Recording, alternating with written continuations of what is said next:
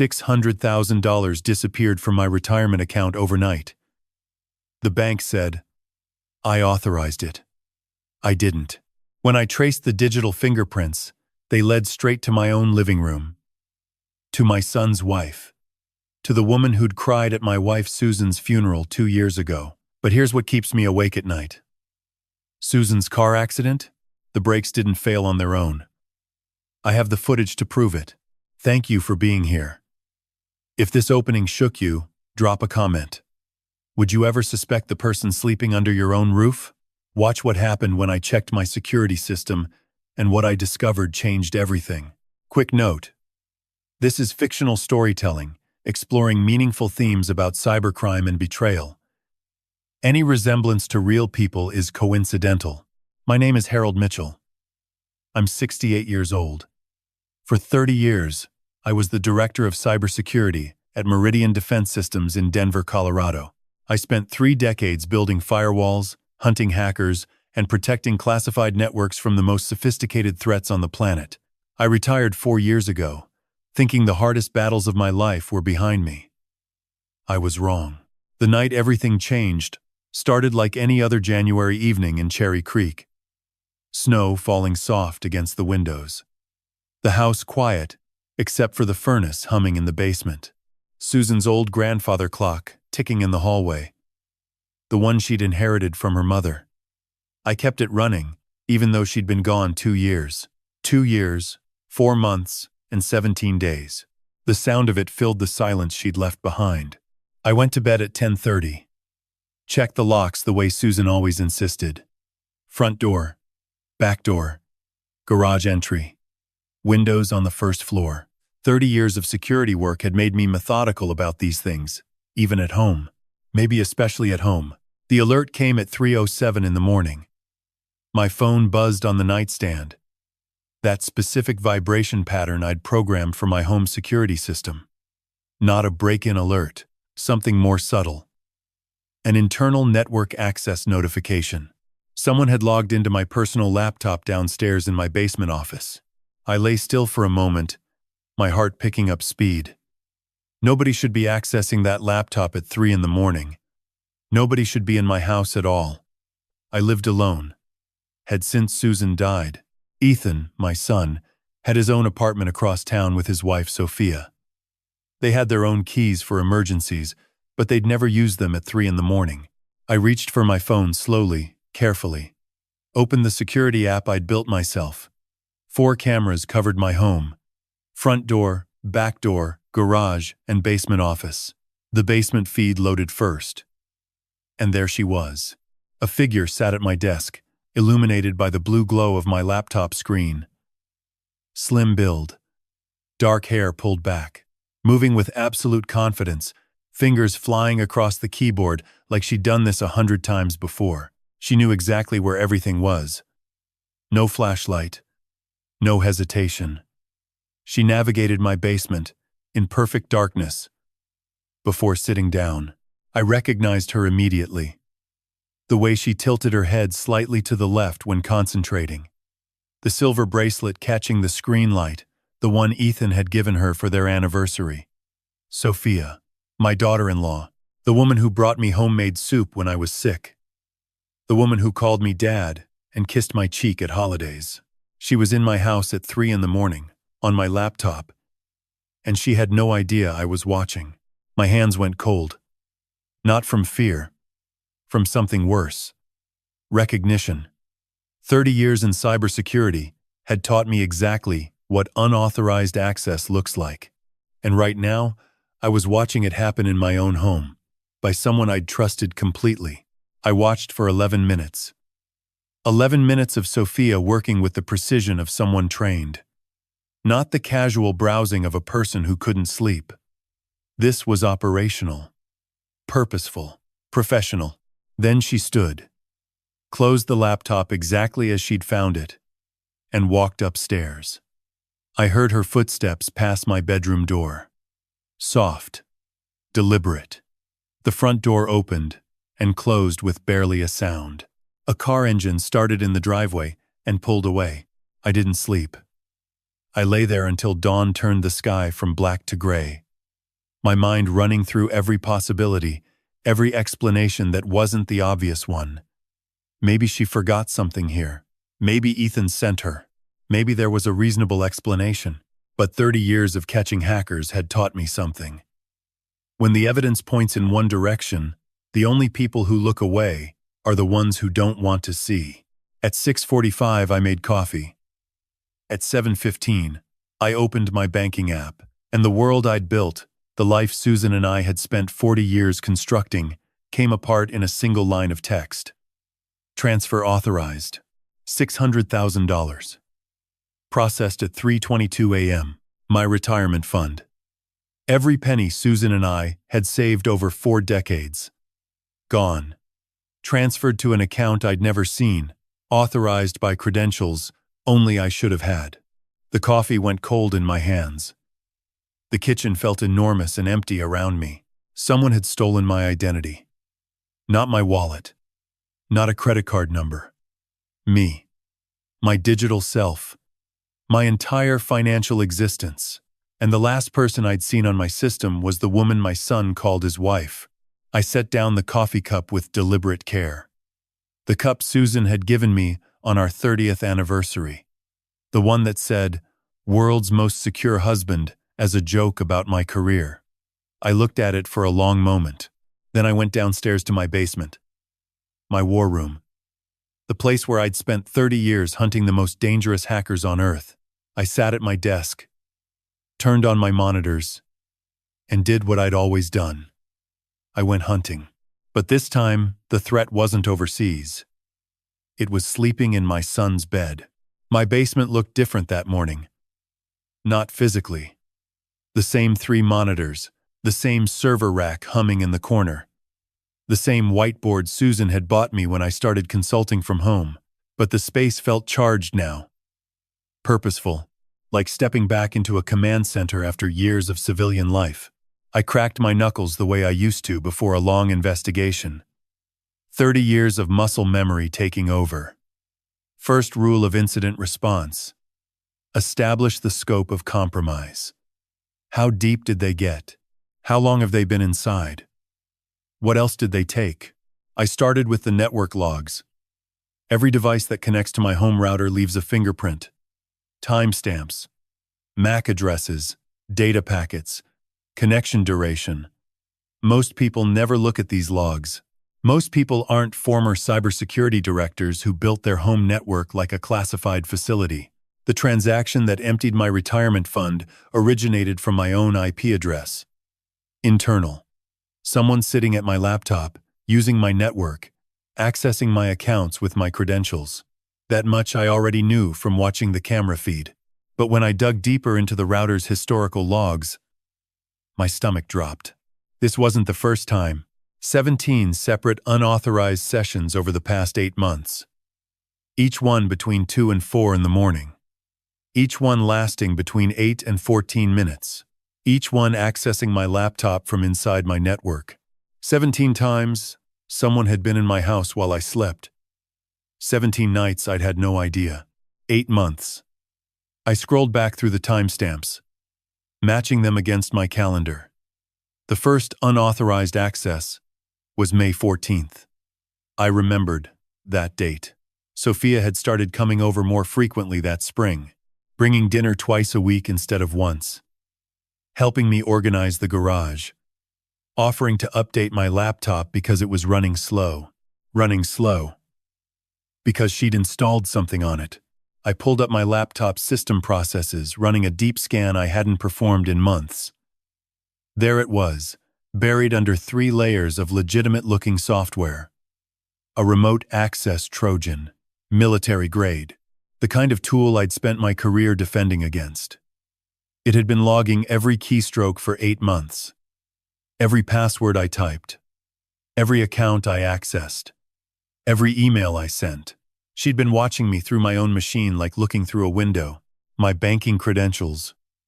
My investment logins. My insurance account. My social security number. Everything I'd ever typed had been captured and transmitted to an external server. She hadn't just stolen $600,000. She'd stolen me. My entire digital identity, harvested over 8 months of patient, professional surveillance. The craftsmanship disturbed me almost as much as the betrayal. This wasn't some amateur phishing scheme. This rat used polymorphic code that changed its signature every 72 hours to avoid detection. Custom-built encryption on the data exfiltration channel. Whoever wrote this software, whoever trained Sophia to deploy it, they were operating at a level I'd only seen in state-sponsored threat actors. My daughter-in-law wasn't just a thief. She was trained, possibly by an intelligence service, certainly by someone with resources far beyond a 32-year-old woman who claimed to work as a freelance web designer. I sat back in my chair, the leather creaking in the silence. Susan's photo watched me from the shelf above my monitors. Our wedding day. Her smile, genuine and unguarded, the way it always was. She'd never liked Sophia. Not really. She'd been polite, welcoming, the way Susan was with everyone. But once, about 6 months before the accident, she'd said something. I don't know what it is about that girl. Harold. Something behind her eyes doesn't match her smile. I'd dismissed it. Told her she was being protective. Told her Ethan was happy. And that's what mattered. Susan had just looked at me with that expression she wore when she knew I was wrong but loved me too much to push it. God, Susan. You saw it before any of us. I shook off the memory and focused. Next step. The security camera footage. If Sophia had been accessing my system 17 times over 8 months, what did the cameras show? I pulled up the DVR recordings and scrolled back to the most recent session before last night. January 3rd. Between 2:44 and 3:07 a.m. The screen showed nothing. Complete blackness for 23 minutes. The timestamp kept running. But the image was gone. I checked another date. December 19th. Same thing. 23 minutes of darkness. Then, November 7th. Same. Every single unauthorized session corresponded with exactly 23 minutes of deleted camera footage. She'd been erasing her tracks every time. Professionally. Methodically. But deleted doesn't mean gone. Not to someone like me. And not to someone like Marcus Chen. Marcus had worked in my division at Meridian for 12 years. Digital forensics specialist. The kind of person who could reconstruct a shredded hard drive from fragments. He'd retired 2 years after me, opened a private consulting firm downtown. We still grabbed lunch once a month. Talked shop. Complained about how easy modern hackers had it compared to our generation. I called him at 8:15. He answered on the second ring. Harold. Little early for you. Everything okay? I need your help, Marcus. Someone compromised my home system. Professionally. I need forensic recovery on camera footage that's been wiped. A pause. Then his voice changed. The casual warmth replaced by something sharper. Professional interest. How compromised are we talking? Military-grade rat. 8 months of active surveillance. Polymorphic code with custom encryption. And Marcus. I paused. Not sure how to say the next part. It's someone in my family. Silence for 3 seconds.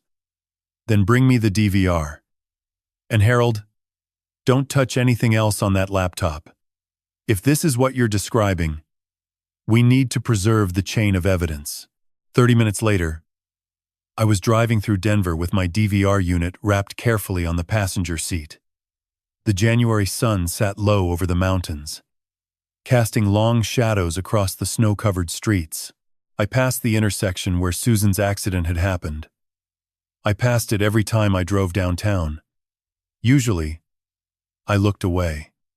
Today, I looked straight at it, held my gaze on that patch of road where the police said her brakes failed, where they said it was mechanical failure, where they said it was just bad luck.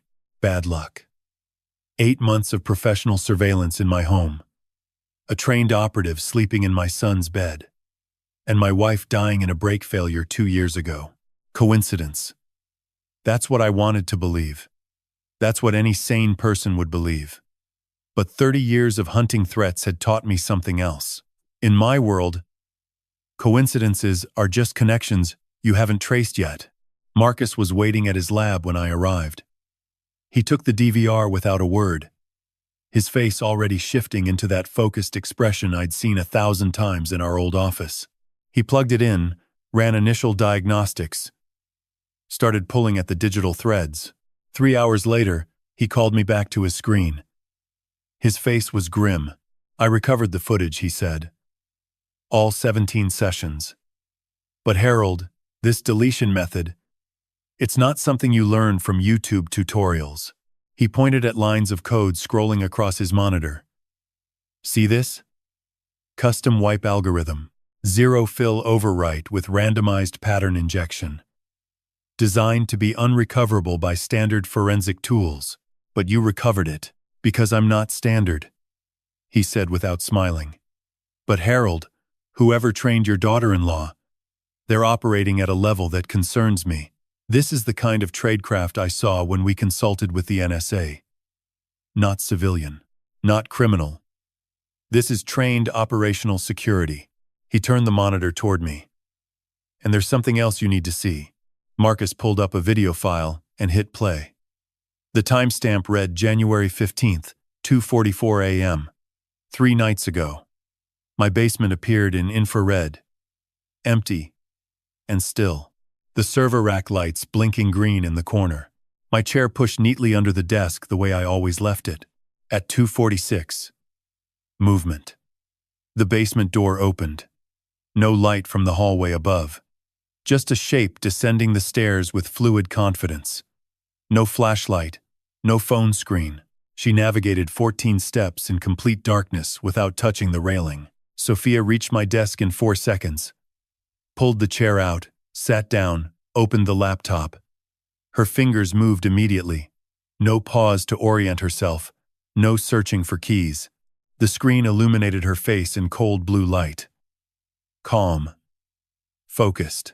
The expression of someone performing routine work. The way I might look filing taxes or checking email. Completely unremarkable. That's what made it terrifying. She's done this so many times it's boring to her. Marcus said quietly. I watched her work. 4 browser windows opened simultaneously. Password manager accessed. Banking portal loaded.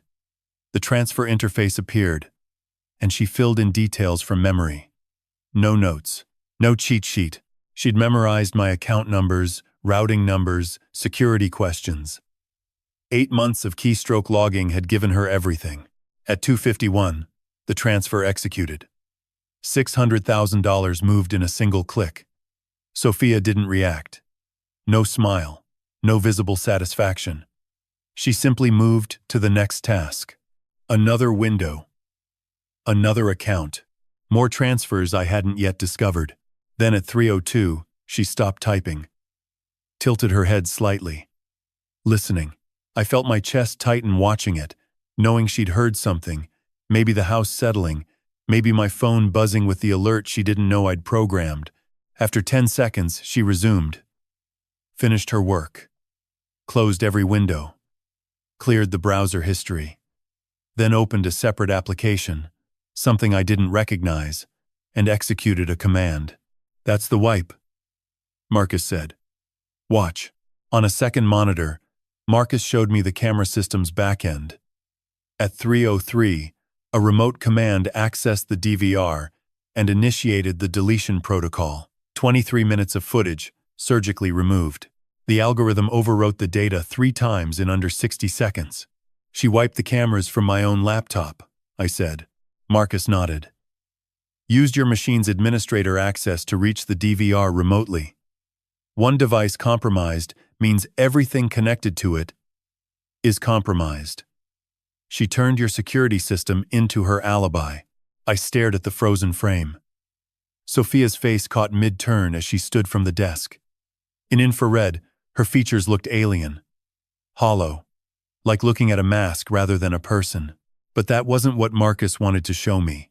He minimized the video and opened a series of financial documents. Records he'd pulled from the rat's outbound data logs. Every piece of information the Trojan had transmitted over 8 months, captured and cataloged. Harold, this is bigger than 600,000. He scrolled through screens of data. She didn't just drain your retirement fund. She built a complete digital copy of you. He showed me. A bank account opened 3 months ago at a credit union in New Mexico. My name, my social security number, my date of birth. But an address I'd never lived at, a phone number I'd never owned, a credit line of $200,000, maxed out. The money converted to cryptocurrency and routed through 7 different wallets before disappearing into the blockchain. That's $200,000 in your name that you didn't borrow, Marcus said. And here. He clicked to another screen. 3 credit cards opened in the last 4 months. Total balance, $68,000.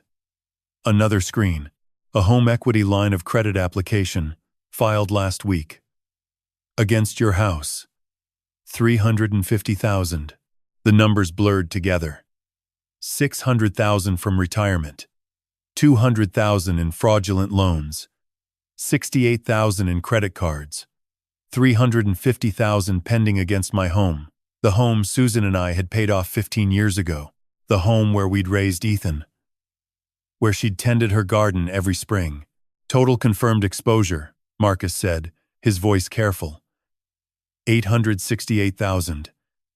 If that home equity line goes through, $1.2 million. $1.2 million. Everything Susan and I had built in 40 years of marriage. Everything I'd planned to leave for Ethan. Every dollar we'd saved. Every sacrifice we'd made. Every overtime shift and skipped vacation. All of it being systematically dismantled by the woman who sat at my Thanksgiving table and said grace. I stood up from Marcus's desk. Walked to the window. Downtown Denver spread out below. Snow-covered and indifferent. People going to work. Cars crawling through intersections. The world continuing as if nothing had happened. Can you trace where the cryptocurrency went? I asked without turning around. Partially. Marcus joined me at the window. 7 wallet hops. Standard laundering technique. But the final destination, at least for the retirement fund transfer, routes to a server in Eastern Europe. Czech Republic. Possibly. I'd need more time to confirm. Eastern Europe. Not a random scammer in a basement somewhere. Not a desperate act by a troubled family member. This was infrastructure. International. Organized. Harold.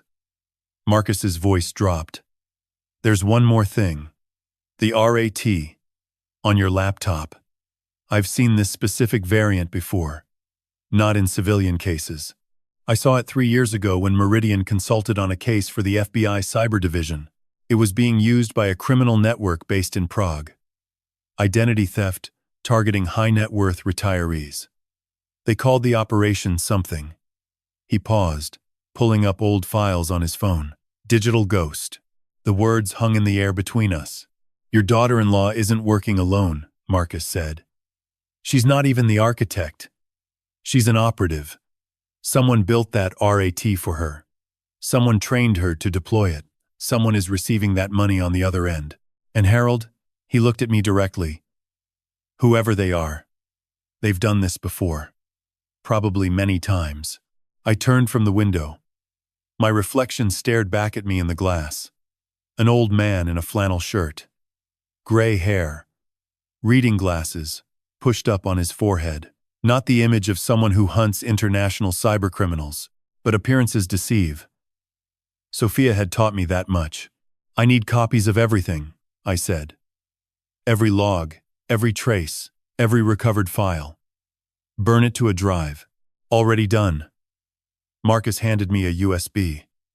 And Harold, you should take this to the FBI. Not yet. The words came out harder than I intended. Not until I know how deep this goes. Not until I know who else is involved. Marcus studied my face. I knew what he was thinking. That I was too close to this. That emotion would cloud my judgment. That I should let professionals handle it. But Marcus also knew me. Knew that in 30 years, I'd never walked away from a threat until I understood it completely. Until I'd mapped every node, every connection, every vulnerability, until I knew exactly where to strike. 24 hours, he said finally. Then we reassess. And Harold, be careful. If this is who I think it is, they don't just steal money. When they're done with a target, when there's nothing left to extract, he stopped himself. Just be careful. I took the USB drive and walked out into the January cold. The air bit at my face. Snow crunched under my boots. I sat in my car and stared at the small black drive in my hand. $868,000. International criminal network. A trained operative in my family. And Marcus hadn't finished his sentence. When they're done with a target, what then? What happens to people who have nothing left to steal? I thought about Susan. About brakes that failed on a well-maintained car. About coincidences that aren't. The drive home felt longer than usual. Every red light an eternity. Every familiar street now carrying a question I wasn't sure I wanted answered. I got home at noon. The house felt different. Not the physical space. The same hardwood floors Susan had chosen. The same kitchen where she'd taught Ethan to make pancakes on Saturday mornings. But knowing someone had moved through these rooms 17 times in the dark turned every familiar corner into something hostile. I made coffee I didn't want and sat at the kitchen table with a backup laptop. Clean machine, never connected to the home network. Old habits from my Meridian days. I logged into my insurance provider using my phone's cellular data and navigated to my life insurance policy. $750,000 meant to cover Ethan after I was gone. The beneficiary field stopped me cold. Primary beneficiary. Sophia Mitchell. Changed November 22nd. November 22nd. Thanksgiving Day. The day Sophia had come early to help set the table. The day she'd asked to use my computer to print a recipe. The day I'd said, "Sure, sweetheart. Go ahead." While I basted the turkey and felt grateful my son had married someone so thoughtful, she'd changed my life insurance beneficiary while I cooked dinner for her. $750,000 redirected from my son to his wife. Combined with the $868,000 Marcus documented, total exposure exceeded $1.6 million. Every dollar Susan and I had built, systematically dismantled by someone who sat at our table and smiled. I set my hands flat on the table. Breathed. In 30 years of cybersecurity, I'd never let anger compromise an investigation. Emotion was a vulnerability. Sophia was counting on me being too old, too grieving, too trusting to notice. She was wrong. A knock at the front door. Ray Donovan, my next-door neighbor for 11 years. 64, retired firefighter. Built like a man who'd spent decades carrying people out of burning buildings. Harold. He stepped inside, voice low. Black sedan. Tinted windows. Been parked 3 houses down since Tuesday. Different spots each day, but always within sight of your driveway. I moved to the window. He was right. A dark sedan with clear sightlines to my front door. My driveway. My comings and goings. 3 days. The same time frame as the theft. Someone was monitoring whether I'd noticed. Whether I was a problem that needed handling. I thanked Ray. Told him to keep watching. Keep noting times, but not to approach. After he left, I called Linda Vasquez. Elder law attorney. Sharp as broken glass. A reputation for not losing cases involving financial exploitation. 45 minutes later, I sat across from her on the 16th floor of a glass building in Lodo. Mountains framing the windows. I laid everything out. The alert. The footage. The RAT. 8 months. 600,000. Digital clone. Loans. Credit cards. Beneficiary change. Cryptocurrency to Prague. The digital ghost network. The black sedan. Linda took notes in silence. When I finished, she set down her pen. First, we freeze everything today. Every account, every credit line, every policy. Nothing moves without your physical presence. She filed forms with practiced speed. Second, we revoke your son's power of attorney. If Sophia controls Ethan's credentials, she controls yours. I hadn't thought of that. The power of attorney I'd given Ethan after Susan died. A precaution. But if Sophia had access to Ethan, she had indirect access to everything. Third, that beneficiary change is fraud. I'll have it reversed within 48 hours. She turned back to me. Mr. Mitchell, I've handled 37 elder financial exploitation cases. This is the most sophisticated I've ever seen. I know. It's a network. Linda nodded. Professional rings targeting high net worth retirees. They're patient.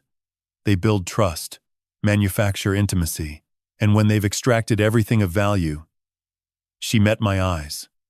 They clean up, loose ends. Witnesses. Victims who might figure out what happened. She paused carefully. In 3 of my 37 cases, the victim died before the fraud was discovered. 2 heart attacks. 1 car accident. All ruled natural or accidental. All occurred within weeks of the final major transfer. The room went quiet. Traffic moved through Lodo below. The mountains stood indifferent and white. 1 car accident, I said quietly. Linda watched me. You mentioned your wife passed 2 years ago. Car accident. Brake failure. She was driving home from her book club. Roads were clear. Car was serviced 2 weeks prior. Something shifted behind her eyes. Compassion mixed with cold recognition. Mr. Mitchell, do you believe your wife's death may be connected? I looked at Susan's photo on my phone. Lock screen. Her smile. The garden, in full summer bloom. I don't know yet, I said. But I'm going to find out. Then we need to move fast. If that sedan is reporting back to whoever runs this, they may accelerate their timeline. She leaned forward. And Mr. Mitchell, they may decide you're a loose end too. I drove home as the sun dropped behind the mountains. The sedan was gone from my street. But I knew that meant nothing. Surveillance doesn't stop because you can't see it. I checked every lock. Activated every camera. Sat at my kitchen table with Linda's card, Marcus's USB drive, and a photograph of Susan taken 3 days before she died. Smiling. Alive. No idea what was coming.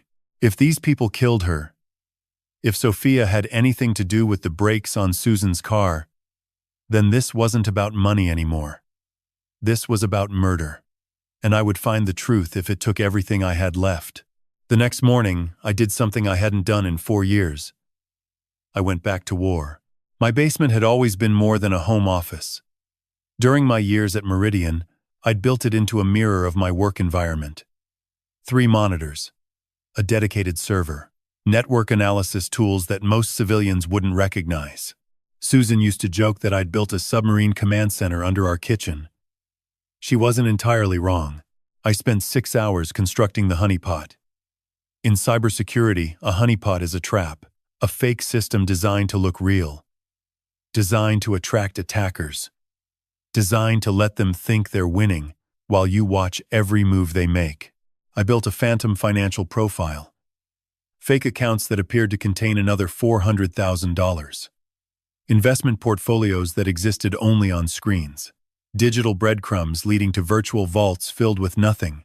If Sophia accessed my system again, she wouldn't find frozen accounts and dead ends. She'd find what appeared to be untouched wealth, fresh targets, irresistible bait, and the moment she touched it, I'd see everything, every keystroke, every command, every communication routed through her connection.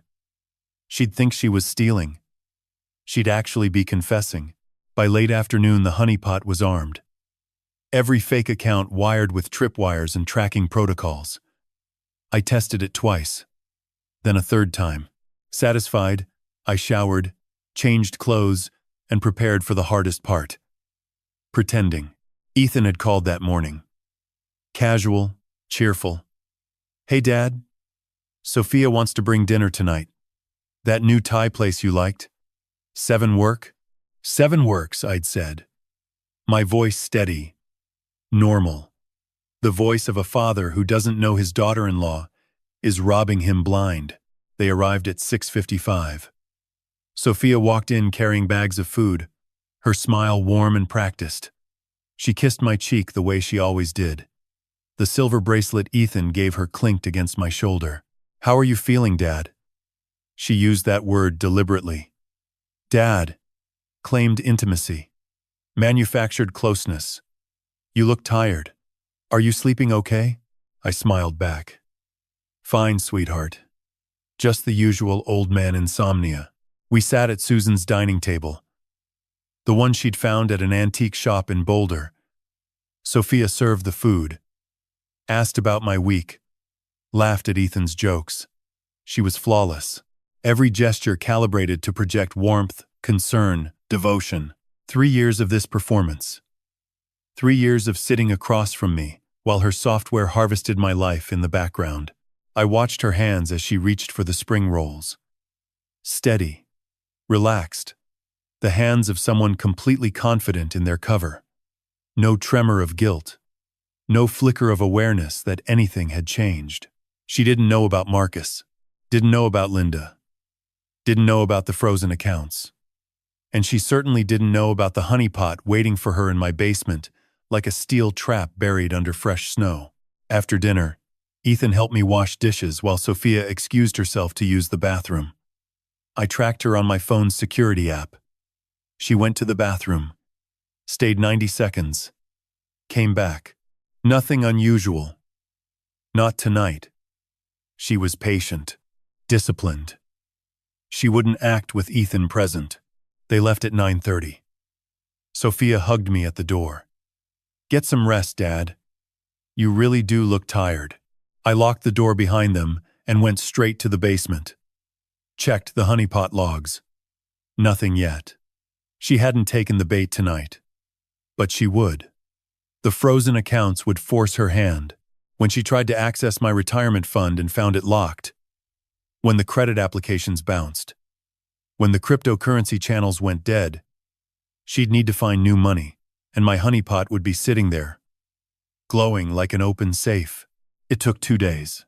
Thursday night, at 2:21 a.m., my monitoring system lit up. Someone accessing the honeypot. Sophia's device signature. Connecting through the RAT on my compromised laptop. I watched in real time from my bedroom as she navigated the fake accounts. Probing. Testing. Checking balances that didn't exist on money that wasn't real. Then she did something I hadn't expected. She opened a communication channel. Not email. Not text. An encrypted messaging protocol I recognized from my Meridian days. Military grade again. The kind used by intelligence operatives to avoid detection. She typed a message in Russian and sent it to an address that resolved to a server in Prague. I captured everything. Every packet. Every character. The encryption was strong, but I'd built decryption tools for a living. It took me 40 minutes to break the cipher. When the message rendered in English on my screen, my blood went cold. Mitchell accounts frozen. Suspect compromise. Requesting authorization to accelerate timeline. Current extractable value. 750,000 insurance only. Awaiting instructions. The reply came 11 minutes later. From Prague. From the handler. Confirmed. Accelerate. Complete extraction within 14 days. Same protocol as Denver. 2022. Report when finished. Same protocol as Denver 2022. I stared at those 5 words. My fingers hovered over the keyboard, trembling slightly. Not from cold. Not from age. From the certainty that those words meant something terrible. Something that connected to Susan. Something that connected to death. I copied the entire exchange. Saved it to 3 separate encrypted drives. Then I opened a search on my secure machine and typed, Denver. High net worth retiree death. 2022. The results loaded slowly. News articles. An obituary. A brief police report. Arthur Greenfield, age 74. Retired aerospace engineer. Found dead in his garage. Carbon monoxide poisoning. Engine left running. Ruled accidental. December 2022.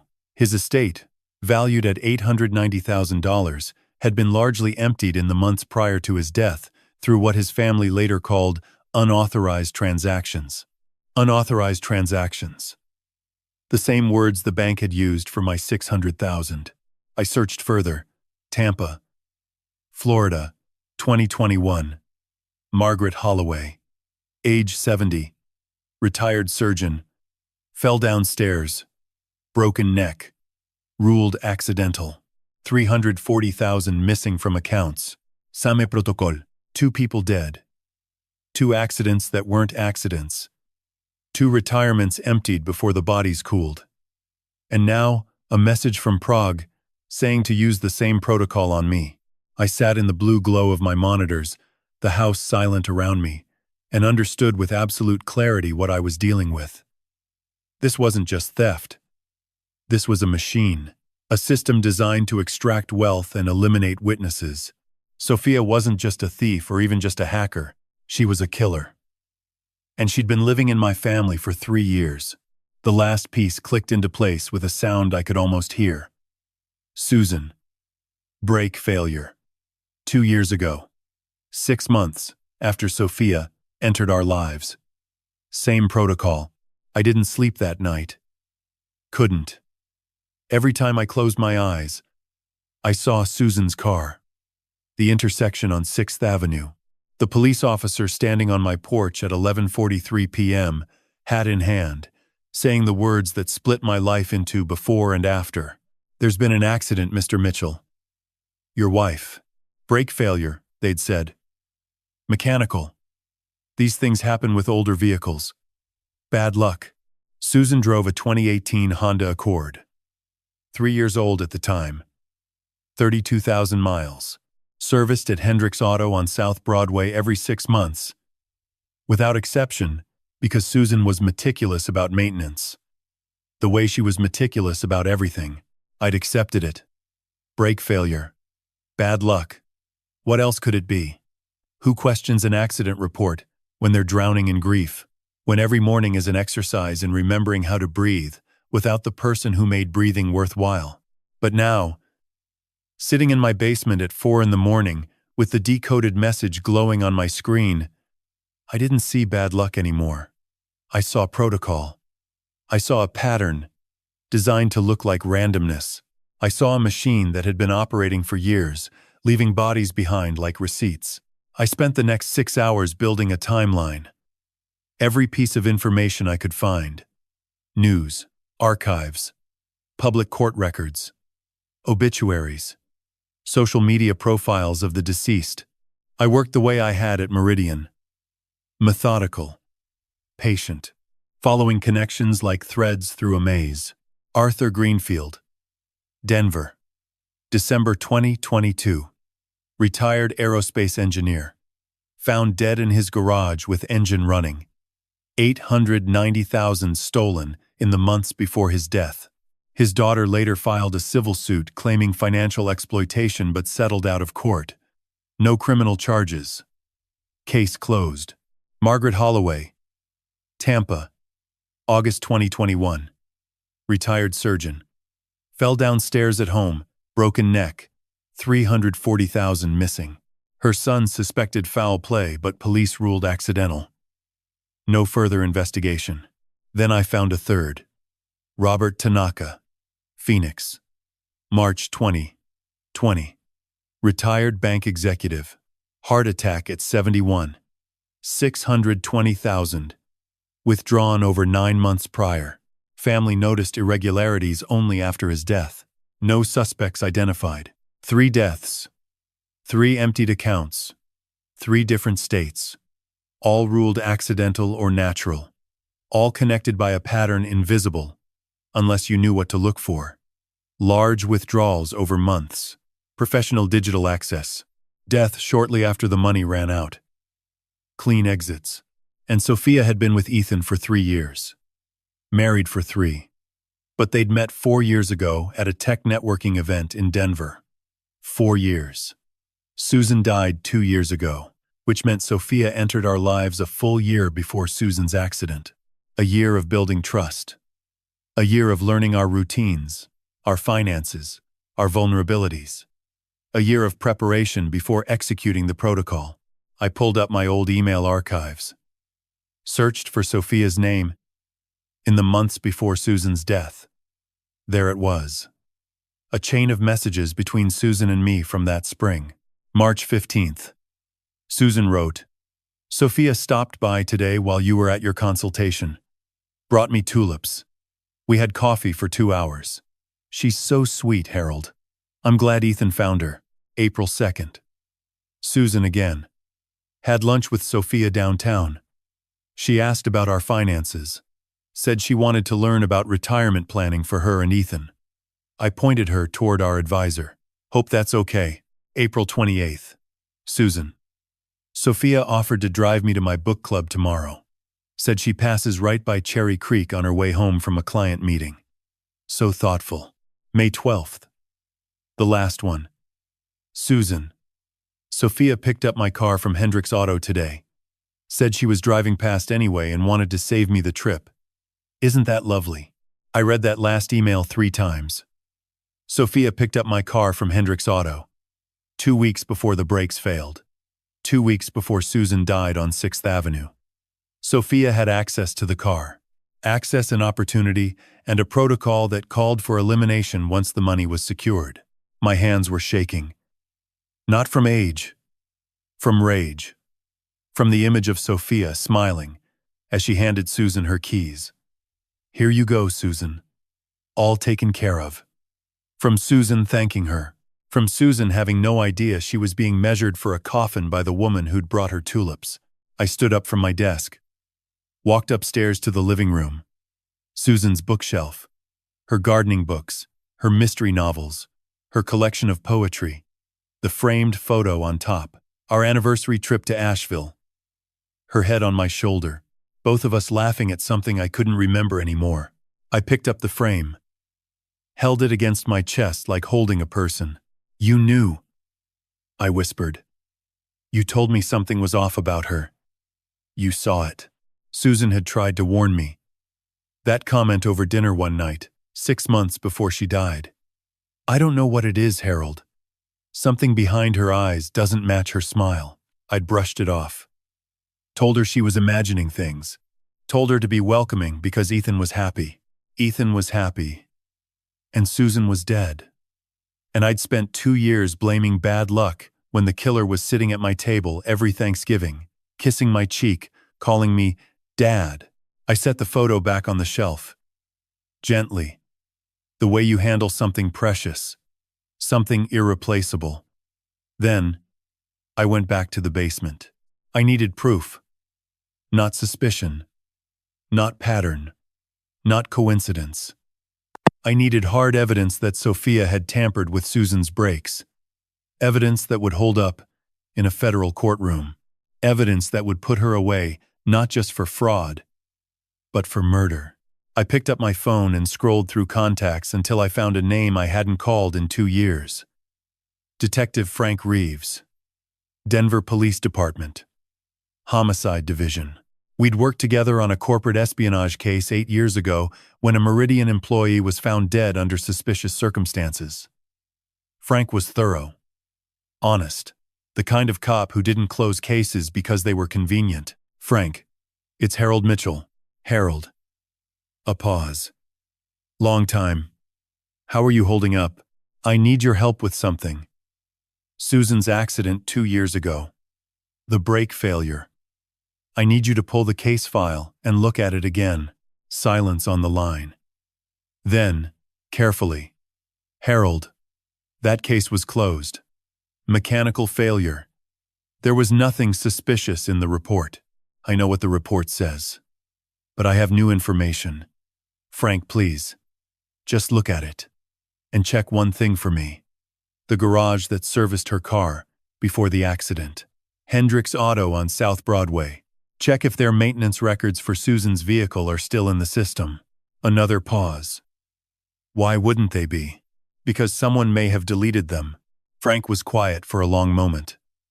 I could hear him thinking, weighing old friendship against procedure, professional caution against the tone in my voice that said this was not paranoia.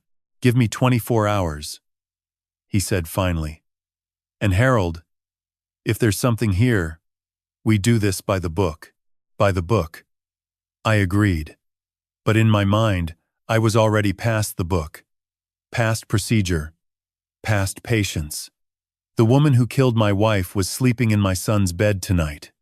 Comfortable. Confident. Believing she'd gotten away with it. She hadn't. She just didn't know it yet. Frank Reeves called at 6:14 the next evening. I'd spent the day pretending to be normal. Grocery shopping. A walk through the neighborhood. Waving to Ray across the fence. The performance of an ordinary retired man. Living an ordinary life while waiting for confirmation that his wife had been murdered. Harold. Frank's voice was different from yesterday. The casual friendliness gone, replaced by something tighter. You need to come to the station. Can you be here in 30 minutes? 20 minutes later, I sat across from Frank in a small office at the Denver Police Department's downtown precinct. He'd closed the door, drawn the blinds. Neither was standard for a casual conversation. I pulled Susan's case file, he said without preamble. Original accident report, mechanical inspection findings, officer statements, everything. He opened a manila folder on the desk between us. The physical report looks routine. Brake line failure at the junction between the master cylinder and the rear caliper assembly. Officer on scene noted significant fluid loss. Mechanic, who inspected the wreck post-accident, confirmed catastrophic brake system failure. He paused. But here's what doesn't sit right. He pointed to a line in the report. The mechanic noted the failure point showed clean separation. Not corrosion. Not wear. A clean break in a line that should have lasted another 50,000 miles on a car with 32,000 on the odometer. Clean separation. I repeated. Frank nodded. Could be manufacturing defect. Could be road debris, impact. Those are the explanations listed. But Harold, there's something else. He pulled out a printed email. I contacted Hendricks Auto this afternoon, asked for Susan's service records, and gone. Their system shows no record of Susan Mitchell or your vehicle ever being serviced there. Not the most recent visit, not any visit. Completely wiped from their database. My chest tightened. Susan had been going to Hendricks for 8 years. Oil changes, tire rotations, brake inspections, everything. 16 documented visits, minimum. All erased. Frank leaned back. Database deletions at an auto shop don't happen by accident. Someone with access to their system deliberately removed those records. And Harold. I checked. Hendricks uses a cloud-based management platform. Standard security. A competent hacker could access it remotely without anyone at the shop ever knowing. A competent hacker. The words landed with the weight of certainty. Sophia was more than competent. She'd installed a military-grade rat on my personal laptop while pretending to help me update my software. Accessing an auto shop's cloud database would have been trivial for her. Can you reopen the case? I asked. Frank's expression was conflicted. I can flag it. Request review. But Harold, deleted garage records and a clean brake line break aren't enough on their own. I need more. What if I can recover the deleted records? Frank studied me. You think you can? I spent 30 years recovering data that people tried to destroy. And I know exactly what platform Hendricks uses. Give me 48 hours. Frank was quiet for a long moment. Then he slid a business card across the desk. His personal cell number, handwritten on the back. 48 hours. And Harold, if you find something, you call me first. Not a lawyer. Not your family. Me. Because if this is what you think it is, this becomes a homicide investigation. I drove to Hendrick's Auto the next morning. Told the manager I needed copies of my wife's old service records for an insurance matter. He checked his system, found nothing, apologized, said sometimes records get lost during software updates. I nodded politely. Asked if I could speak with their IT person about retrieving archived data. Their IT person turned out to be a 23-year-old named Devin, who managed the system part-time while finishing his computer science degree at CU Denver. I explained I was a retired cybersecurity professional, that my wife's records had disappeared, that I suspected a system error and could help him look. Devin was eager, happy to have someone who spoke his language. He gave me access to the back end within 15 minutes. I didn't need long. The deletion had been competent, but not perfect. Whoever did it understood how to remove active records but hadn't properly scrubbed the backup partition. Ghost data. Fragments. Enough. Within an hour, I'd reconstructed Susan's complete service history. 16 visits over 8 years. Every oil change, every tire rotation, every inspection documented in granular detail. And there, at the bottom of the list, May 1st, 2 weeks before she died. Full brake inspection. All systems passed. Fluid levels optimal. Line pressure nominal. Brake pads at 60%. Life remaining. 0 issues noted. Susan's brakes were perfect 2 weeks before they catastrophically failed. And in those 2 weeks, Sophia had picked up the car from this very shop, had driven it, had access to it in whatever garage or parking lot she chose before returning it to Susan with a smile and a "you're welcome." I copied everything to my encrypted drive. Thanked Devin. Walked out to my truck in the January sun and sat there with my hands on the wheel, not driving, just breathing. I had it now. The service record proving the brakes were fine. The email proving Sophia had custody of the car afterward. The decoded message proving the organization's protocol included eliminating victims. The pattern of deaths across 3 states. The deleted records proving someone had tried to cover the trail. It wasn't circumstantial anymore. It was a case. I drove to the cemetery. Hadn't planned to. But my truck turned that direction on its own. Muscle memory pulling me toward the one place where Susan still felt close. Her headstone was simple. Gray granite. Susan Marie Mitchell. Beloved wife. Beloved mother. The flowers I'd planted last spring were dormant now, brown stems, poking through a thin layer of snow. I knelt down and brushed the snow away with my bare hands. The cold bit into my fingers. But I didn't care. "Hey, sweetheart," the wind answered. Trees rustling. A bird somewhere distant. I found it. I found what they did to you. My voice cracked on the last word. I'm sorry it took me so long. I'm sorry I believed them when they said it was an accident. I'm sorry I let her into our home. Into our family. I'm sorry I didn't listen when you tried to warn me. The granite said nothing. The sky stretched gray and endless above me. But I'm going to finish this, Susan. For you. For Arthur Greenfield and Margaret Holloway. And Robert Tanaka. For everyone they've hurt. And for Ethan, because he deserves to know the truth about the woman he married. I stood. Knees protesting. Cold seeping through my jeans where I'd knelt in the snow. I looked at Susan's name. One more time. I promise. Then I walked back to my truck, pulled out my phone, and called Frank Reeves. I have everything. Brake inspection records showing full pass 2 weeks before the accident. Proof Sophia had the car after that inspection. Digital evidence connecting her to a criminal network that kills victims after extracting their assets. Frank was silent for 3 seconds. Then, come in tomorrow morning, 8 a.m.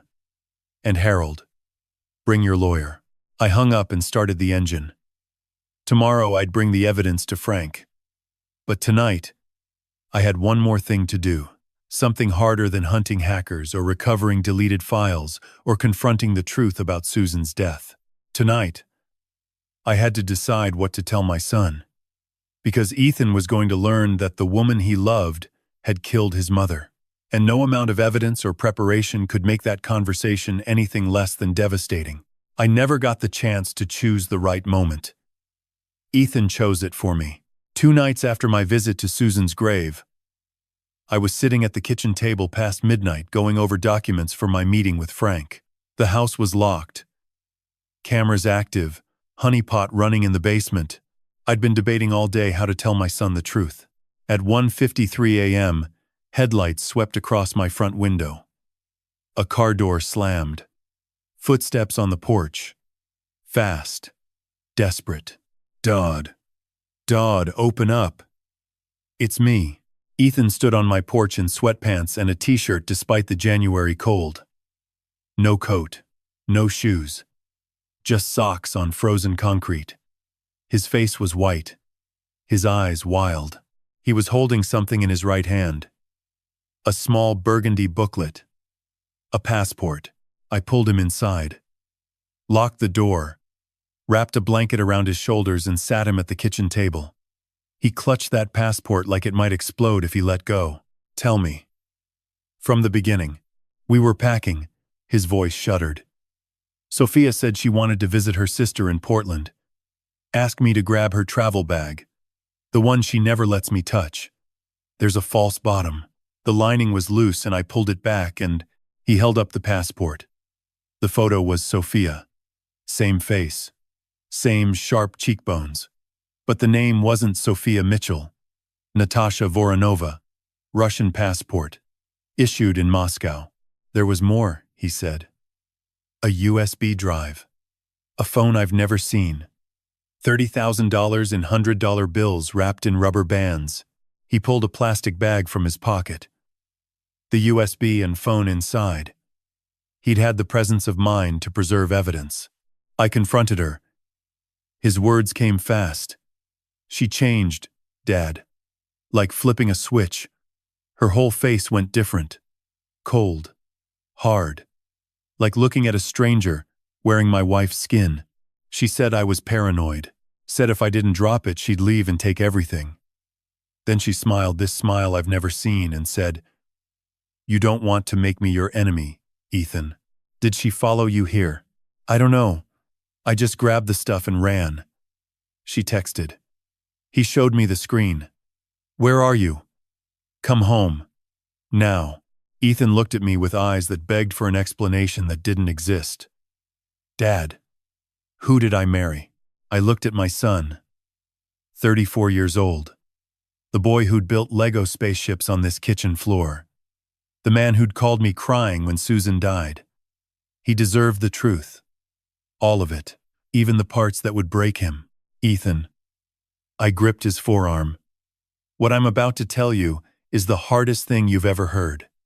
But I need you to listen. All of it." He nodded. Bracing. I told him everything. The alert at 3:07. The camera footage. The rat. 8 months of surveillance. $600,000. The digital clone. Marcus's analysis. The cryptocurrency trail to Prague. Linda freezing the accounts. The beneficiary change on Thanksgiving. The honeypot. The decoded messages. Same protocol as Denver 2022. Arthur Greenfield.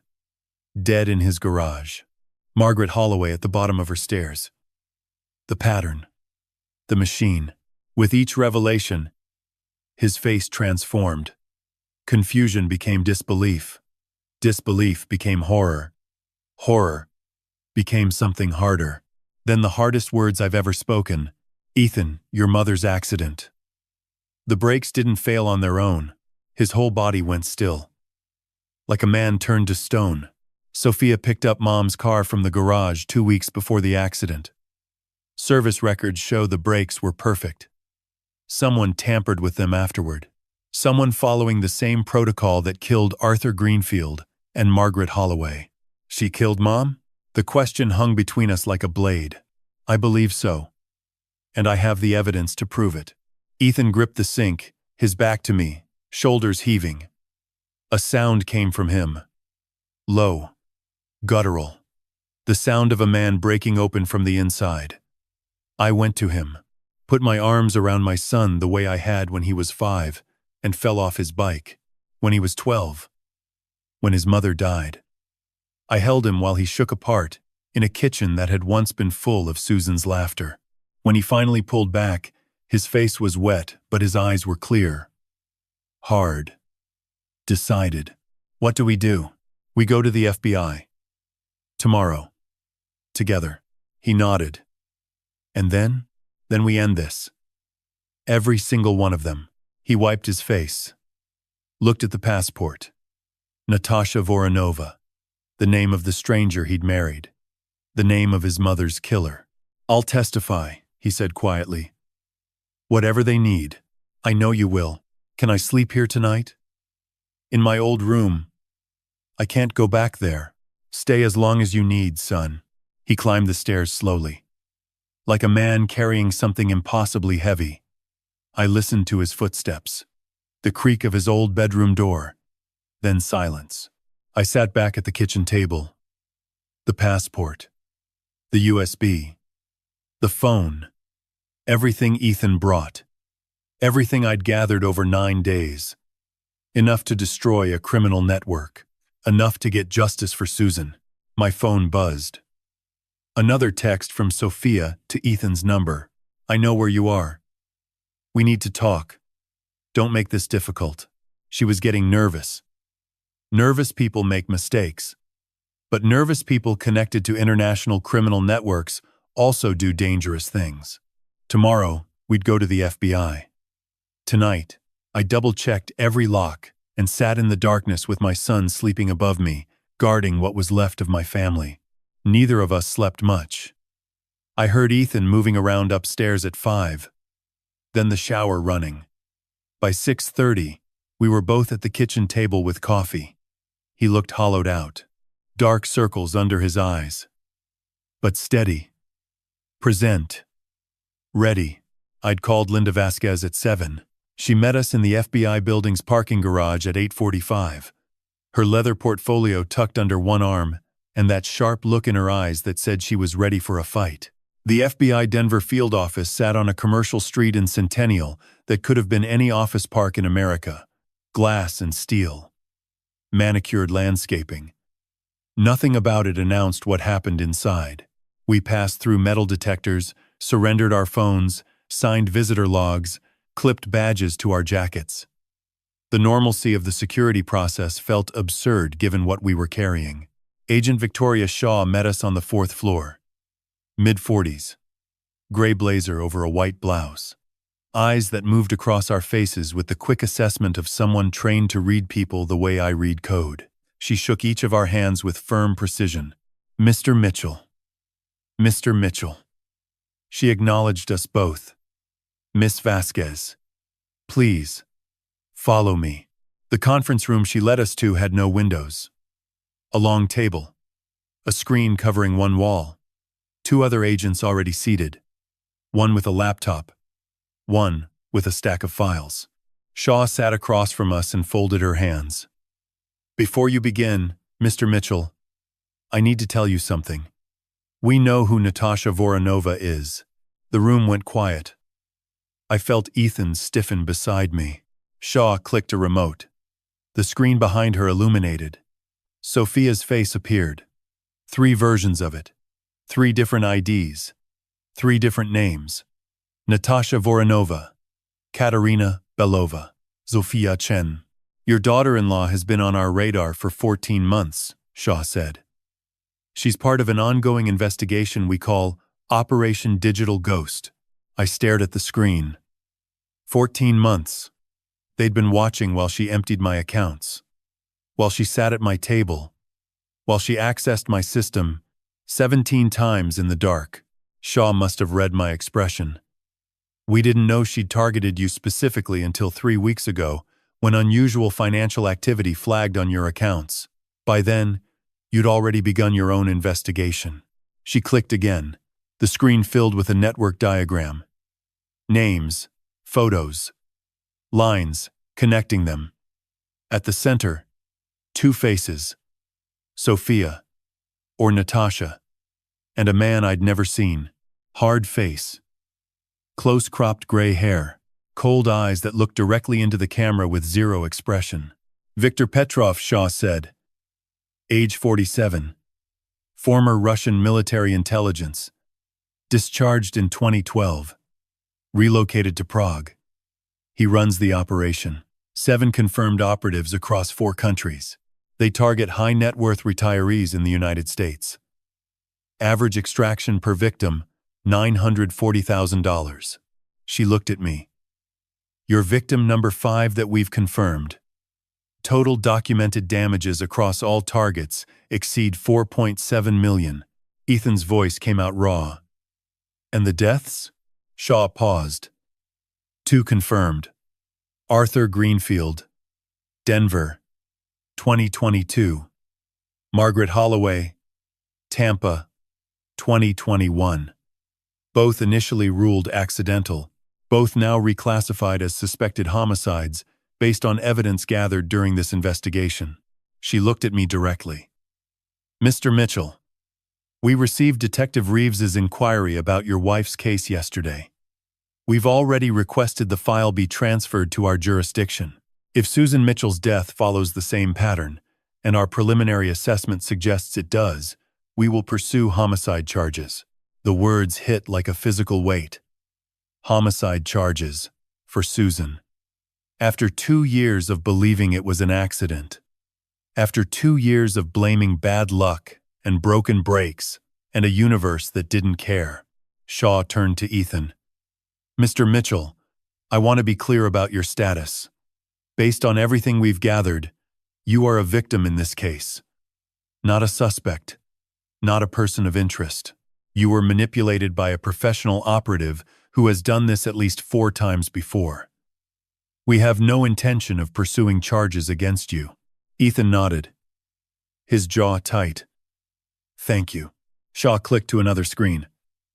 But we need your help. Both of you.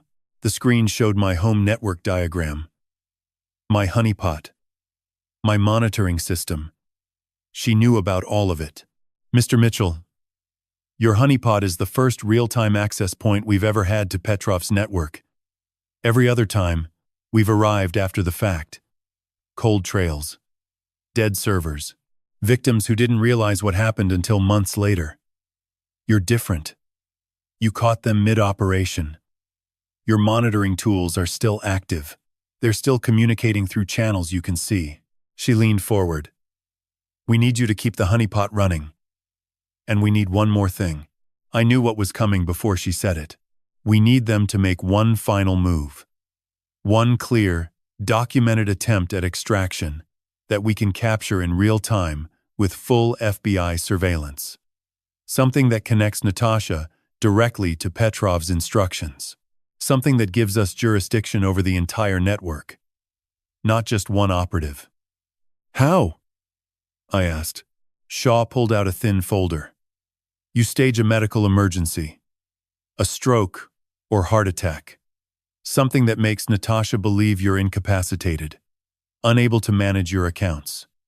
The IXUM. No. D. Ni. D. D. Unable to notice what's happening. She'll see an opportunity. She'll contact Petrov. He'll authorize final extraction. And when she moves on the honeypot, we capture everything. Real time. Both ends. Her in Denver. Him in Prague. Interpol is standing by. I looked at Ethan. His face was pale but set. Determined. There's a risk, Shaw continued. If Natasha suspects this is a trap, she may try to disappear. She's done it before. Changed names, changed countries, within 48 hours. Once she runs, we lose her. Possibly permanently. Then we don't give her a reason to run, I said. Shaw nodded. We need 48 hours to position teams. Surveillance, tactical support, communication intercepts. Can you maintain normal behavior for 2 more days? I thought about sitting across from Sophia at dinner. Smiling. Pretending.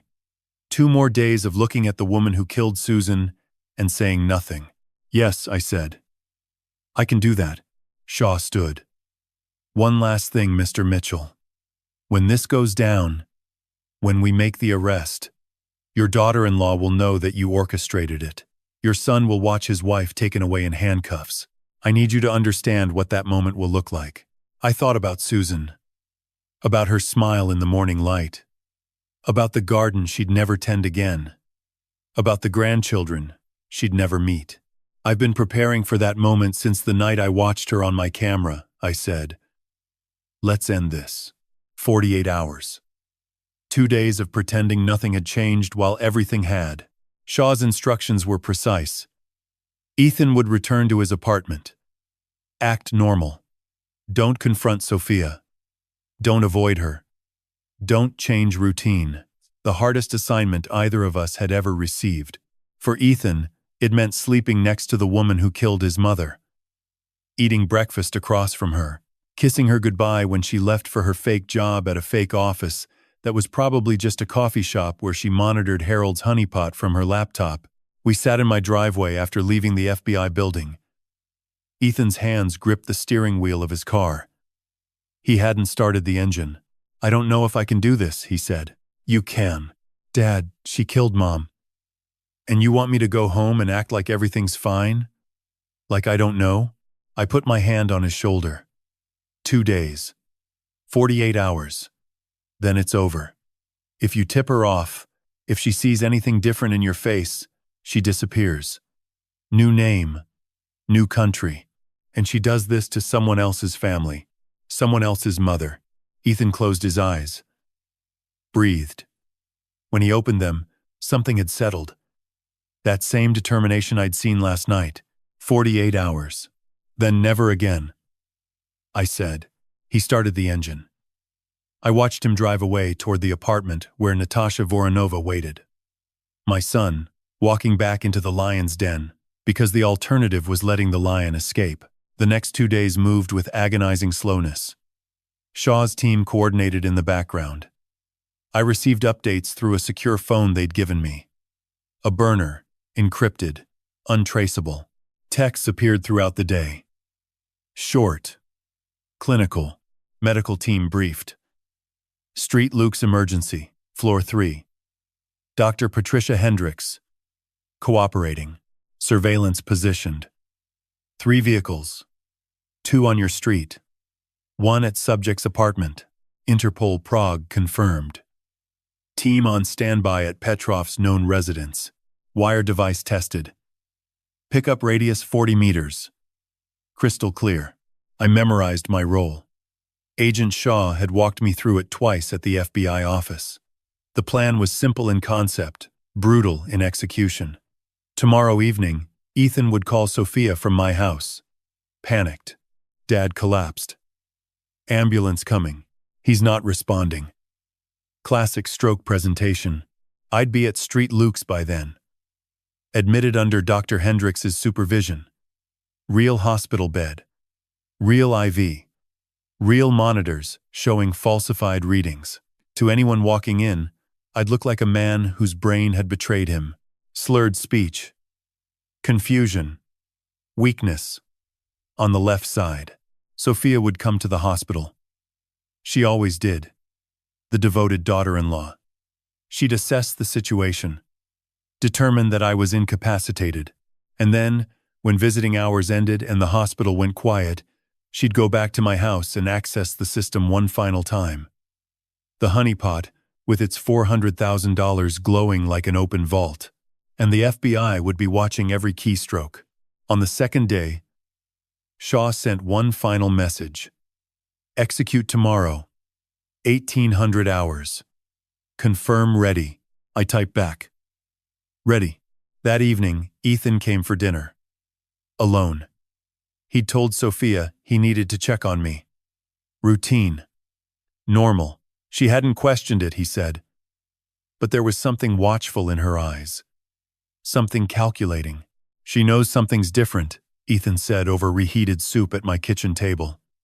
She asked me twice today if I'd talked to you. If you'd said anything unusual, what did you tell her? That you were fine. Talked about the weather, and complained about your knee." He almost smiled. She seemed to buy it. I studied my son across the table. The hollowness in his eyes had been replaced by something else over these 2 days. Not peace, not acceptance, but purpose. The clarity that comes from knowing exactly what you need to do and why. "How are you holding up?" I asked. He was quiet for a moment. Stirring soup he wasn't eating. "I keep thinking about the beginning," he said. "How we met. The tech networking event." She walked up to me at the coffee station, asked about the keynote speaker, laughed at my joke. He paused. Was that scripted? Did someone tell her to approach the guy in the blue shirt because his father was worth $1.6 million? "Probably," I said. Because honesty was what he needed now. Not comfort. Ethan nodded slowly. "These past 2 days, lying next to her, I keep looking at her while she sleeps, trying to see it. The coldness you described, the emptiness." He set down his spoon. "And the worst part? I can't. Even now, knowing everything. She looks exactly the same. Peaceful. Beautiful. Like the woman I fell in love with. That's what makes her dangerous," I said. "Yeah." He pushed the bowl away. "It is." We sat in silence for a while. The grandfather clock, marking seconds in the hallway. Susan's clock. Counting down to tomorrow. "Dad," Ethan said finally. "After this is over, after the arrest, the trial, everything, what do we do?" "We rebuild," I said. "Together." He looked around the kitchen. At Susan's recipe cards pinned to the corkboard. At the chipped mug she'd painted at a ceramics class. At the photo on the refrigerator of the 3 of us at Ethan's college graduation. "I miss her," he said quietly. "Every day. But especially now. She'd know what to say right now. She always did. She'd say the same thing she always said when things got hard." I smiled despite everything. One foot in front of the other. And if you can't walk, crawl. But keep moving forward. Ethan's eyes glistened. One foot in front of the other. He left at 9. Hugged me at the door longer than usual. The kind of hug that says everything words can't. Tomorrow we'd tear his life apart in public. Tomorrow, the woman he'd loved for 3 years would be dragged away in handcuffs. Tomorrow, his marriage would end not with divorce papers but with federal charges. But tonight, for 1 more hour, we were just a father and son standing in a doorway, holding on. After he left, I went to the bedroom, opened the top drawer of Susan's nightstand, the one I hadn't touched since she died. Inside, her reading glasses, a bookmark from the last book she'd been reading, a small velvet box containing the pearl earrings I'd given her on our 25th anniversary, and her journal, the one she'd kept for 30 years. I'd never read it. Felt like it was hers. Private. Sacred. I opened it to the last entry. May 2nd. 12 days before she died. Harold fell asleep on the couch again, watching his documentaries. I covered him with the blue blanket. He looked so peaceful. Sometimes I watch him sleep and think about how lucky I am. 37 years, and he still makes me feel safe. Whatever comes next, I know we'll face it together. We always do. I closed the journal, held it against my chest.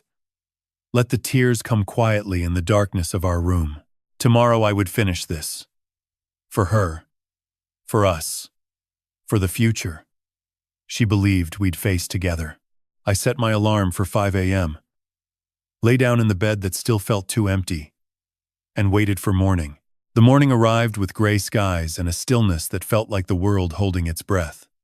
I stood at my kitchen window at 5:15, watching snow fall softly over Cherry Creek. The last quiet morning. The last time this house would feel like just a house and not a crime scene. By 7, Shaw's team was in position. I couldn't see them, but I knew they were there. 2 surveillance vehicles on adjacent streets.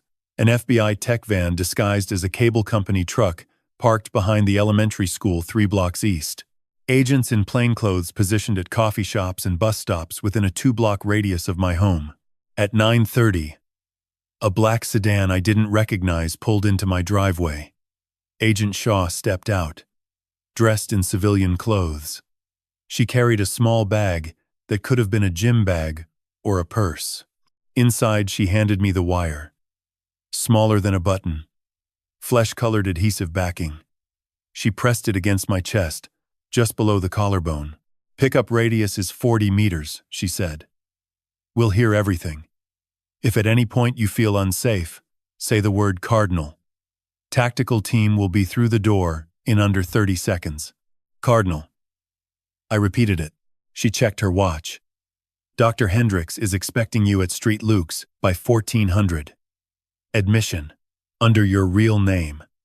Real room, real IV, real monitors. We've programmed the equipment to display stroke-consistent readings.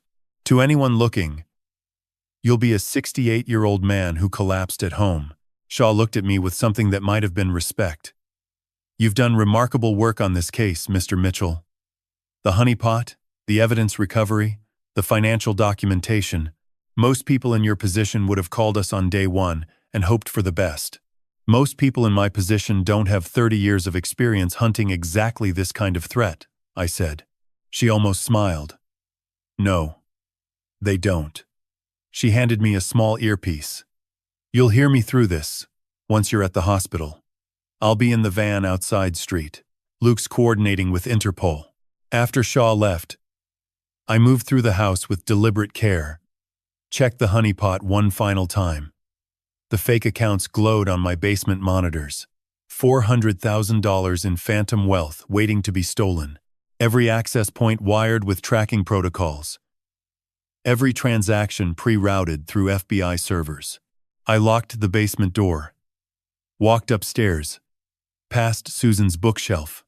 Touched the spine of her favorite novel without stopping. There would be time for goodbyes later. At 1:45, I drove myself to Street Luke's Medical Center. Parked in the lot. Walked through the main entrance. Like any patient arriving for any appointment. Dr. Patricia Hendricks met me on the 3rd floor. Mid-50s, competent, matter-of-fact. She'd been briefed by Shaw's team and asked no unnecessary questions. Within 20 minutes, I was in a hospital bed. Gown. IV. Line taped to my arm. Saline only. Monitors attached.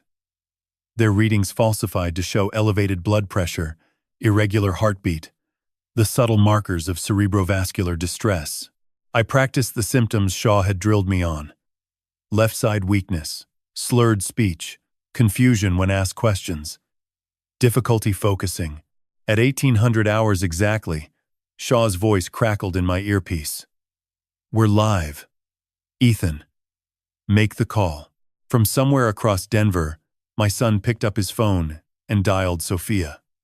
I couldn't hear the conversation, but Shaw relayed it. Ethan is telling her now. He's panicked. Convincing. She's asking questions. Good.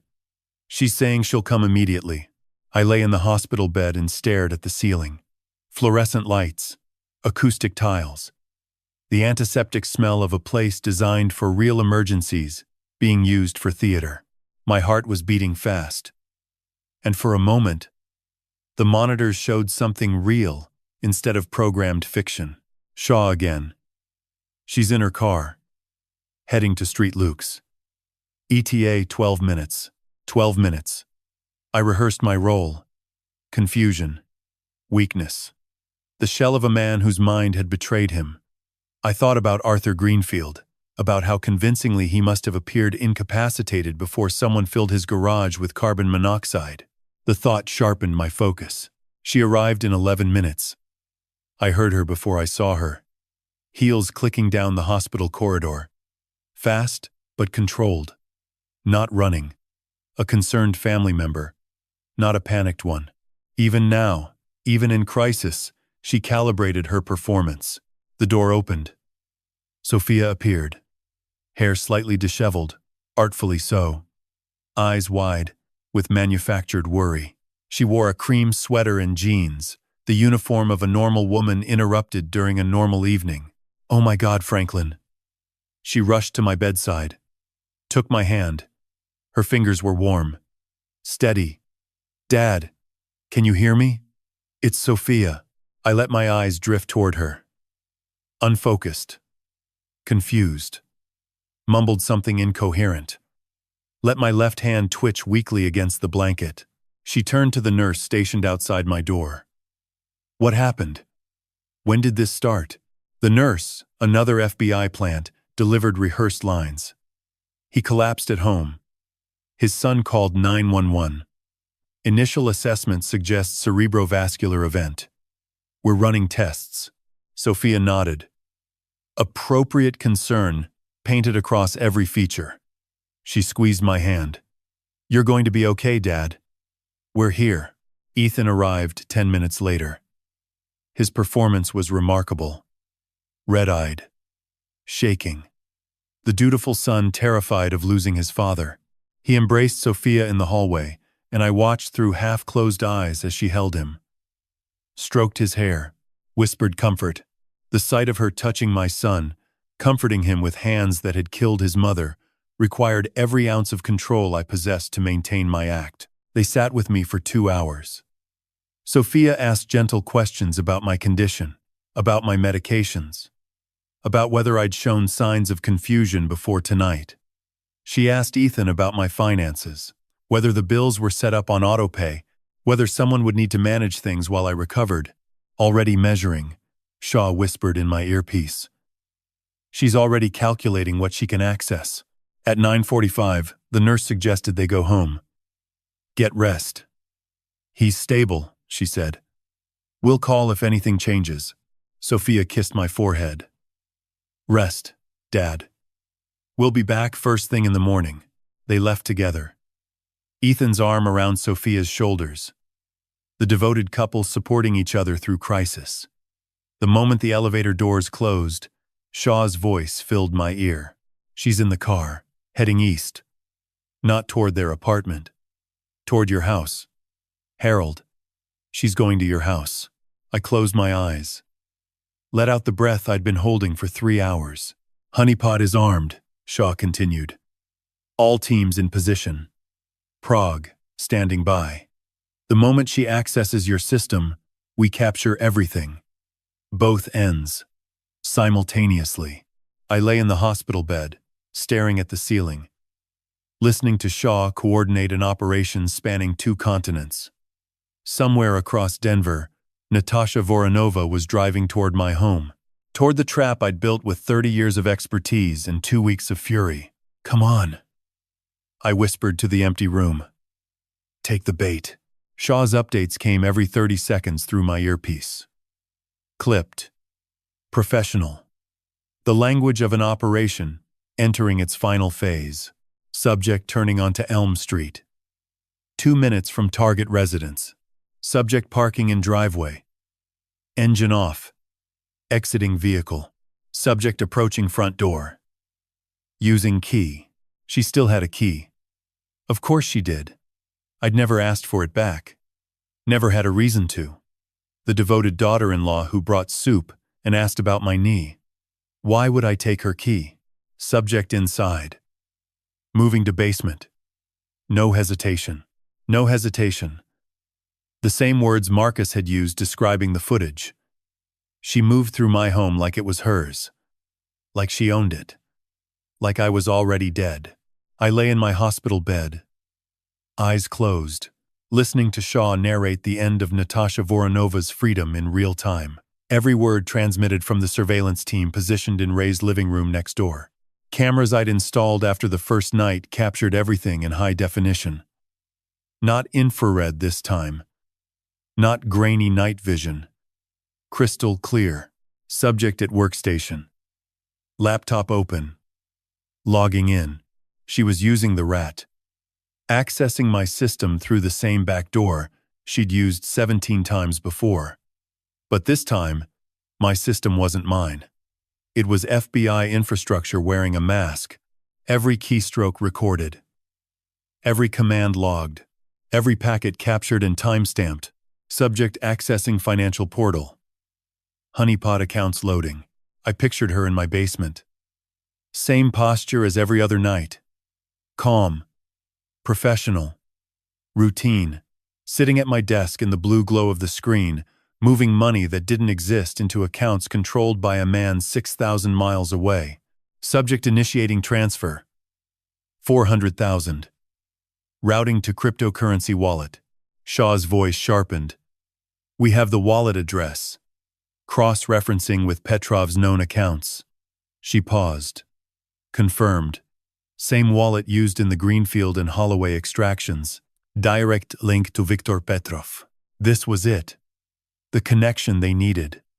Not just Sophia stealing from me. Sophia sending money directly to the man who'd ordered Susan's death. Arthur Greenfield's death. Margaret Holloway's death. One unbroken digital chain from my basement to apartment in Prague, where a former intelligence officer sat collecting stolen American retirement funds. Shaw's voice again. Different now. Commanding. Prague team, this is Denver. We have confirmed link. Execute on my mark. A pause. 3 seconds that felt like 3 hours. Mark. 6,000 miles away. In a cold apartment overlooking the Vltava River, Interpol agents moved on Viktor Petrov. Simultaneously, Shaw spoke again. Denver Tactical. Execute. I heard it through the earpiece, not the sound of doors being breached, not shouting, something quieter, more controlled. FBI operations aren't like movies. They're surgical, precise. Designed to neutralize threats before they can react. But I heard Sophia's voice, clear through my home's internal microphones. One word. No. Then Shaw. Natasha Voronova. FBI. Do not move. Hands on the desk where we can see them. Silence. 5 seconds. 10. Then Sophia's voice again. Different now. No longer the sweet daughter-in-law. No longer the concerned wife. A voice I'd never heard from her. Low. Flat. Controlled. The voice of someone calculating odds. I want a lawyer. Shaw again. Natasha Voronova. You are under arrest for wire fraud, identity theft, conspiracy to commit murder, and computer crimes. Under federal statute 18 U.S.C. 1030. You have the right to remain silent.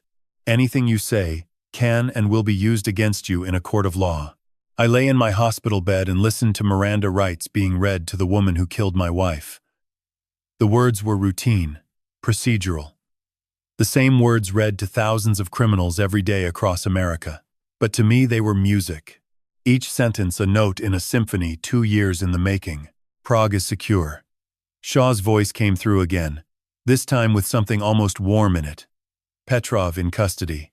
Interpol confirming identity now. All digital evidence preserved. 2 arrests. 2 continents. One moment. I opened my eyes.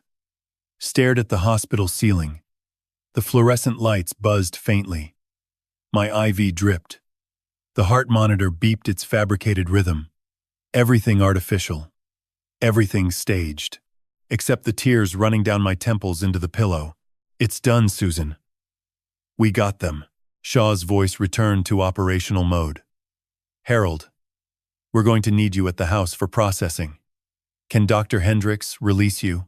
Already standing, I said. Already pulling the IV from my arm. 30 minutes later, I stood on my own front porch, watching FBI agents carry evidence boxes from my basement. The street was lit with the red and blue pulse of federal vehicles. Neighbors gathered in clusters on sidewalks, whispering, watching. Ray stood on his porch, arms crossed, a grim satisfaction on his face.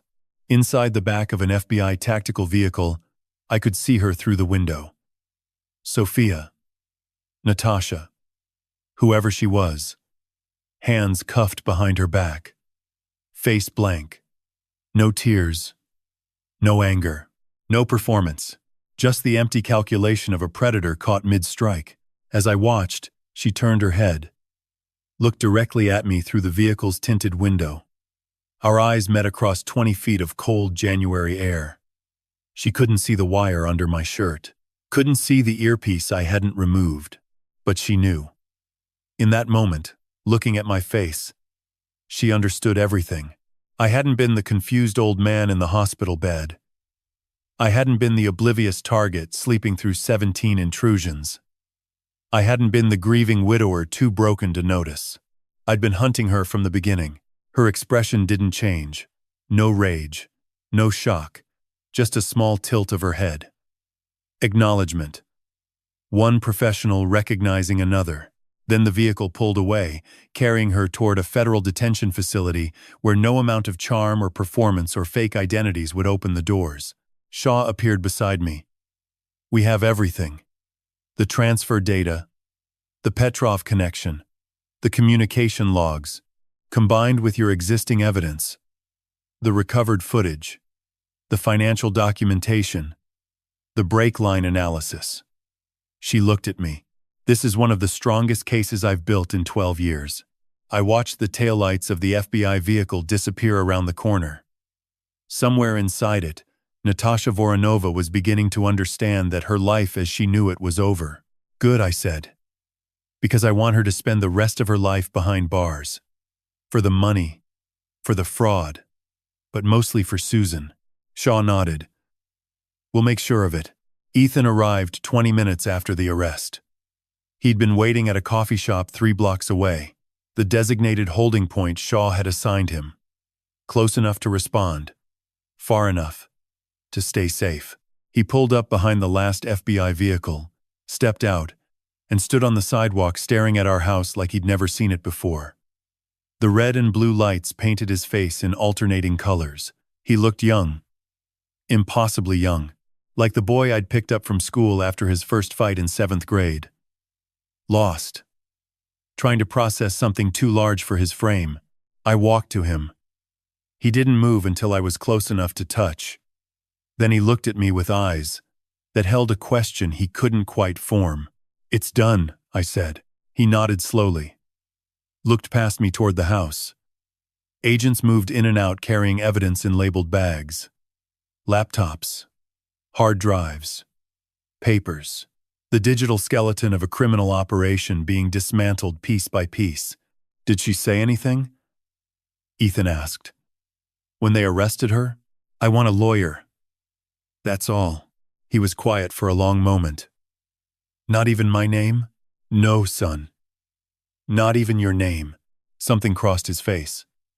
Not surprise. Something worse. Confirmation. The final proof that 3 years of love and partnership and shared life had meant nothing to the woman who'd lived them beside him. She hadn't asked about him, hadn't looked for him, hadn't said his name. He'd been a tool, an access point, a means to an end now discarded, without a backward glance. Agent Shaw approached us. Professional, but gentle. Mr. Mitchell, she said to Ethan. I need a brief statement tonight. Just the basics. We'll do a more comprehensive interview tomorrow at the office. We went inside. The house felt violated.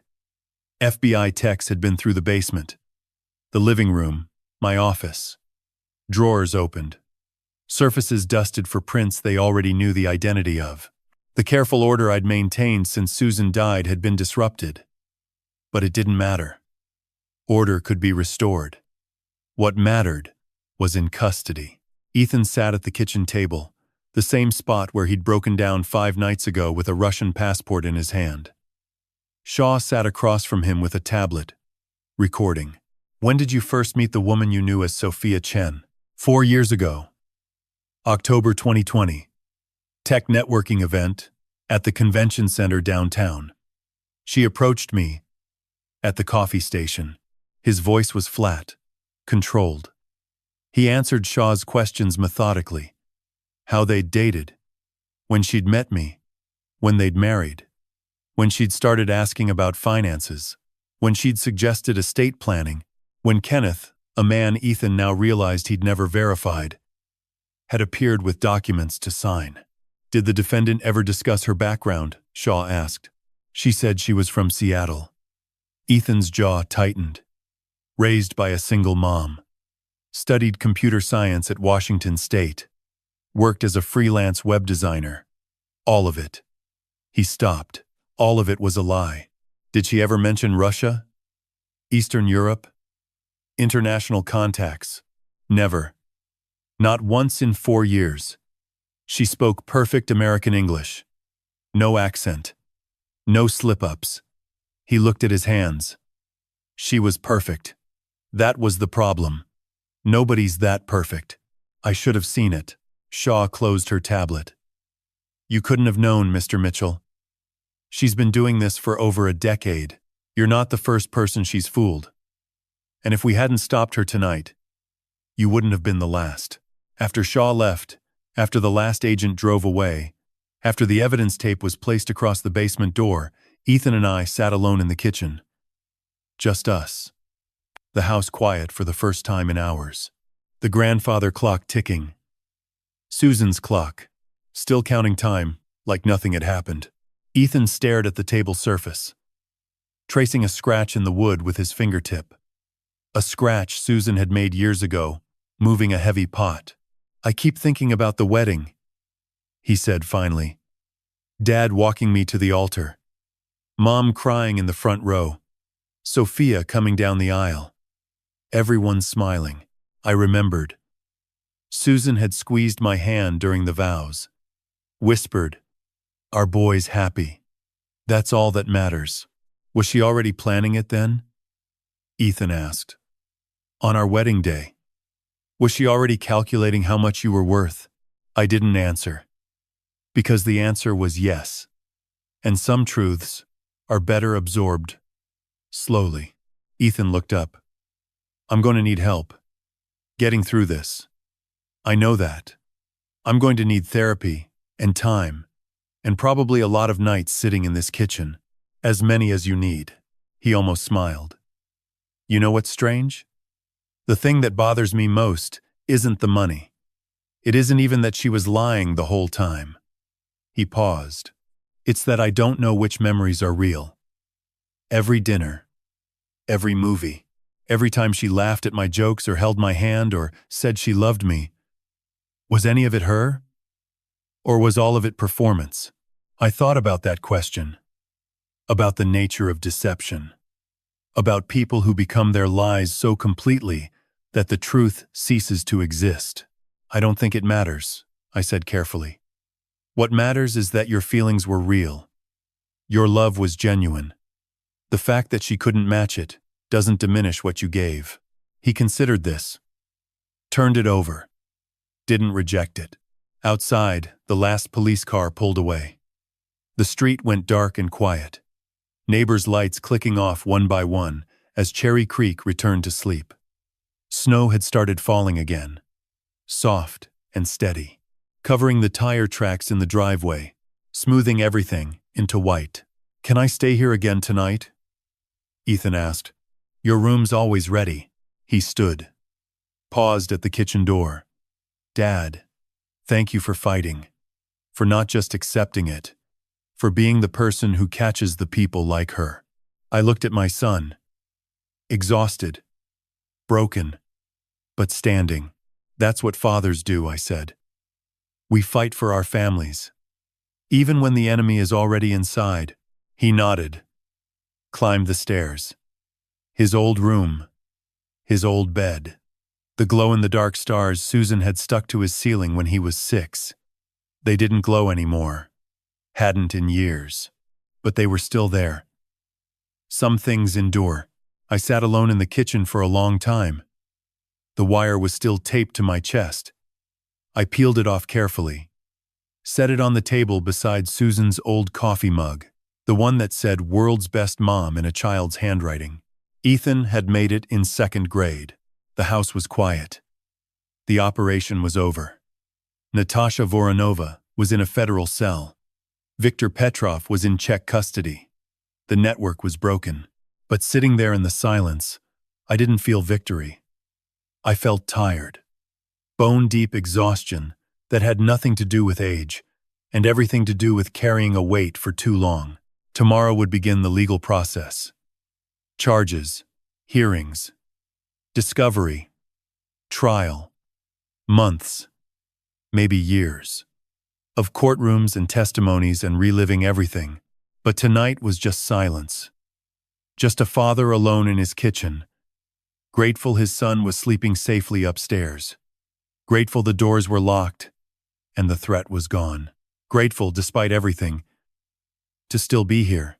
The weeks between the arrest and the trial moved like water through a cracked dam. Slow in some places, rushing in others. Never quite controllable. Shaw called on day 3 with the first update. Petrov took a deal. 20 years. He's cooperating fully, giving us names, accounts, operational details, everything. And Natasha? Shaw paused. She turned it down. Won't plead. Her attorney says she wants a trial. The news didn't surprise me. A woman who'd maintained false identities for a decade, who'd killed without remorse, who'd looked at me through that FBI vehicle window with nothing but cold calculation. She wouldn't surrender quietly. She'd fight. Use every legal tool available. Try to discredit the evidence. Try to make herself the victim. Let her try, I said. Over the following weeks, the case expanded. Petrov's cooperation revealed 2 additional victims. Shaw's team hadn't previously connected. A retired physician in Tucson, a widowed professor in Portland. Both alive, thank God, but both stripped of their savings. Total confirmed network damages rose to $5.8 million across 7 victims. Petrov also confirmed what I already knew about Susan. During his debriefing, he provided operational details about what the network called terminal protocols, elimination procedures for targets who'd been fully extracted. He confirmed authorizing the Denver 2020 action against Susan Mitchell after Natasha reported that the initial financial exploitation was complete and that the remaining value lay in life insurance accessible only upon the primary target's death. Shaw read me the relevant portion of his statement over the phone. Her voice was careful, measured. The Mitchell operation was 2-phase. Phase 1. Financial extraction through the son's access. Phase 2. Acceleration of insurance payout through elimination of the wife. Creating emotional vulnerability in the primary target and positioning the operative as the sole female support figure in the family unit. I listened in silence. Phase 2. Elimination. Clinical language for murdering a woman who grew tomatoes in her garden and sang off-key in the shower and loved her family with every cell in her body. Harold? Shaw's voice pulled me back.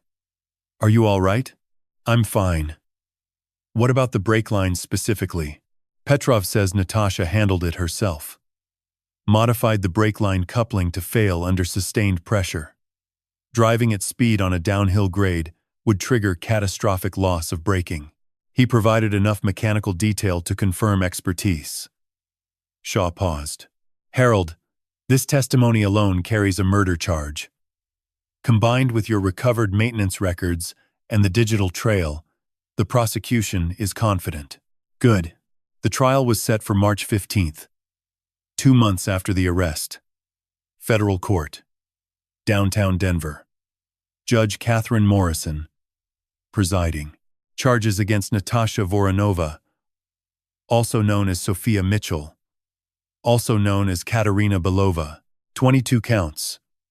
Wire fraud, identity theft, computer crimes, conspiracy, money laundering, and 2 counts of murder in the 2nd degree. Susan Mitchell and Arthur Greenfield. Margaret Holloway's case remained under separate jurisdiction in Florida. Linda walked me through what to expect. The prosecution will call you first. Establish the timeline, the technical evidence, the financial damages. Keep it factual, clinical. Let the jury see the investigator, not the victim. And when they ask about Susan, then let them see the husband. Linda's eyes were soft. The jury needs both. The expert who caught them and the man who lost everything. That's what makes your testimony devastating. Ethan would testify second. His testimony covered the relationship, the manipulation, the discovery of the passport, the 4 years of manufactured intimacy designed to maintain access. Are you sure you can do this? I asked him one evening. 2 weeks before the trial, he'd been staying with me since the arrest, sleeping in his old room, slowly filling garbage bags with things from the apartment he'd shared with Natasha, clothes she'd bought him, kitchen items she'd chosen, photos of them together that now looked like evidence rather than memories. Yeah, he said. I need to do this. Not just for the case. For me. He looked at his hands. My therapist says it's part of reclaiming the narrative, taking back the story she wrote for me, and telling my own version. He'd started therapy the week after the arrest. Twice a week. A specialist in trauma bonding and intimate partner deception. The sessions seemed to help. He was quieter than before. More thoughtful. But steadier too. Like a building that had been shaken to its foundation but remained standing. The night before the trial, I couldn't sleep. I stood at the window watching snow fall over Cherry Creek. The same view Susan had loved. The same quiet street where our lives had unraveled and begun to reconstruct. I thought about what tomorrow would require. Walking into a courtroom. Sitting across from the woman who killed my wife.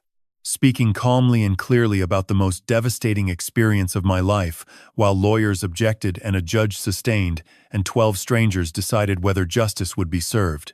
I thought about Susan's journal entry. Whatever comes next, I know we'll face it together. We would. Not physically, not the way she'd meant, but her presence would be in that courtroom tomorrow. In the evidence I'd gathered. In the skills she'd encouraged me to maintain. In the stubbornness she'd loved and occasionally cursed. In the son she'd raised to be honest, even when honesty cost everything. I went to bed at midnight. Set my alarm for 5. Laid out my suit. The charcoal one Susan had helped me pick for Ethan's wedding. Appropriate. Somehow. Full circle. Tomorrow, I'd tell our story to 12 people who'd never met Susan. Who'd never seen her smile or heard her laugh or watched her tend tomatoes in the July sun. I'd make them understand what was taken. Not just money. Not just security. A person. A life. A future we'd planned together for 40 years.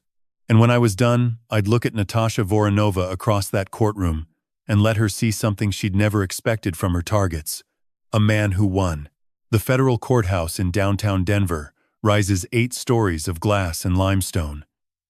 I'd driven past it 1,000 times without ever going inside. Now, walking through the metal detectors at 7:45 a.m. with Ethan beside me, it felt like entering a cathedral. High ceilings, marble floors, the weight of consequence in every surface. Courtroom 3B. Judge Morrison's domain. Smaller than I'd expected. Wood-paneled walls. 2 rows of spectators. A jury box with 12 empty chairs waiting to be filled. And at the defense table, already seated, Natasha Voronova. She wore a navy blazer over a white blouse. Hair pulled back neatly. Minimal makeup. Her attorney had dressed her to look professional. Sympathetic. Human. The transformation from orange jumpsuit to courtroom attire was designed to make the jury forget she'd been arrested in a basement transferring stolen money to a criminal handler in Prague. I didn't look at her. Not yet. The prosecution called me at 10:15. I walked to the witness stand, raised my right hand, swore to tell the truth. The prosecutor, Assistant United States Attorney Daniel Reeves, no relation to Frank, positioned himself between me and the jury. Mr. Mitchell, please tell the court your professional background. 30 years as Director of Cybersecurity at Meridian Defense Systems, responsible for protecting classified networks from state-sponsored cyber attacks and corporate espionage. I retired 4 years ago, and in January of this year, what brought you to investigate your own home network? I told them, methodically. The alert at 3:07, the camera footage, the remote access Trojan, 8 months of surveillance, $600,000, the digital clone, the cryptocurrency trail to Prague, each piece of evidence presented on screens for the jury. each technical concept explained in language anyone could understand.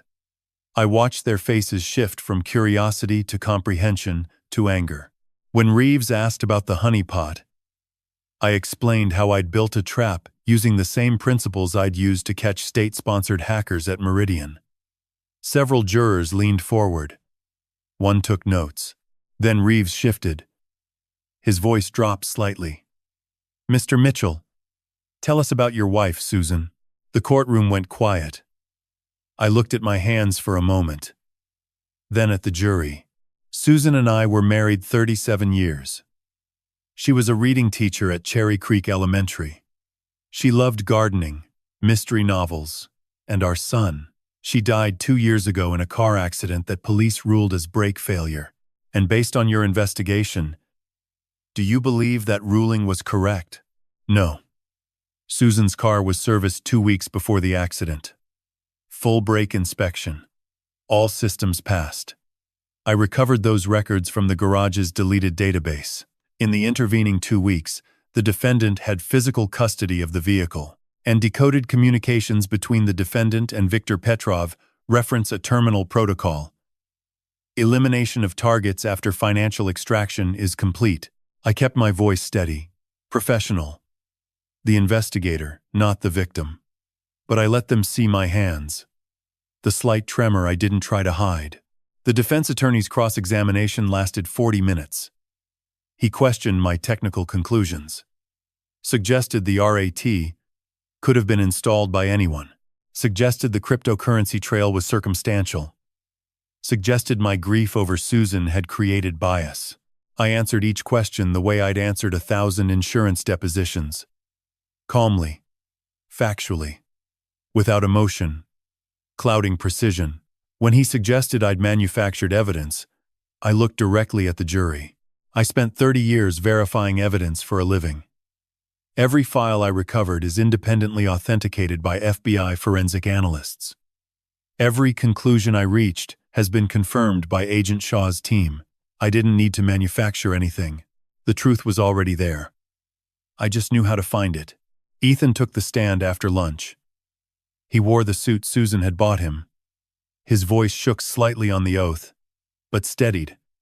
As Reeves guided him through his testimony, he told them about meeting Sophia at the tech event, about falling in love, about introducing her to his family, about the wedding Susan attended 6 months before her death, about 3 years of a relationship he now understood was entirely fabricated. Mr. Mitchell, did the defendant ever give you reason to suspect her identity was false?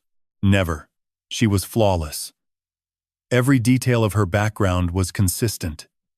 She never slipped, never contradicted herself. He looked at the jury.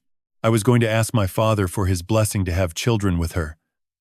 I'd been looking at houses, planning a future with someone who didn't exist.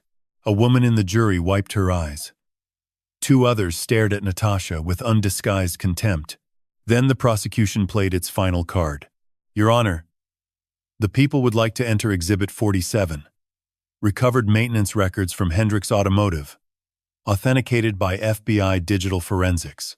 The screen showed Susan's service record. May 1st. Full brake inspection. All systems passed. Fluid levels optimal. Line pressure nominal. The technical language of a car in perfect working order. Then a second document appeared. The email from Susan to me.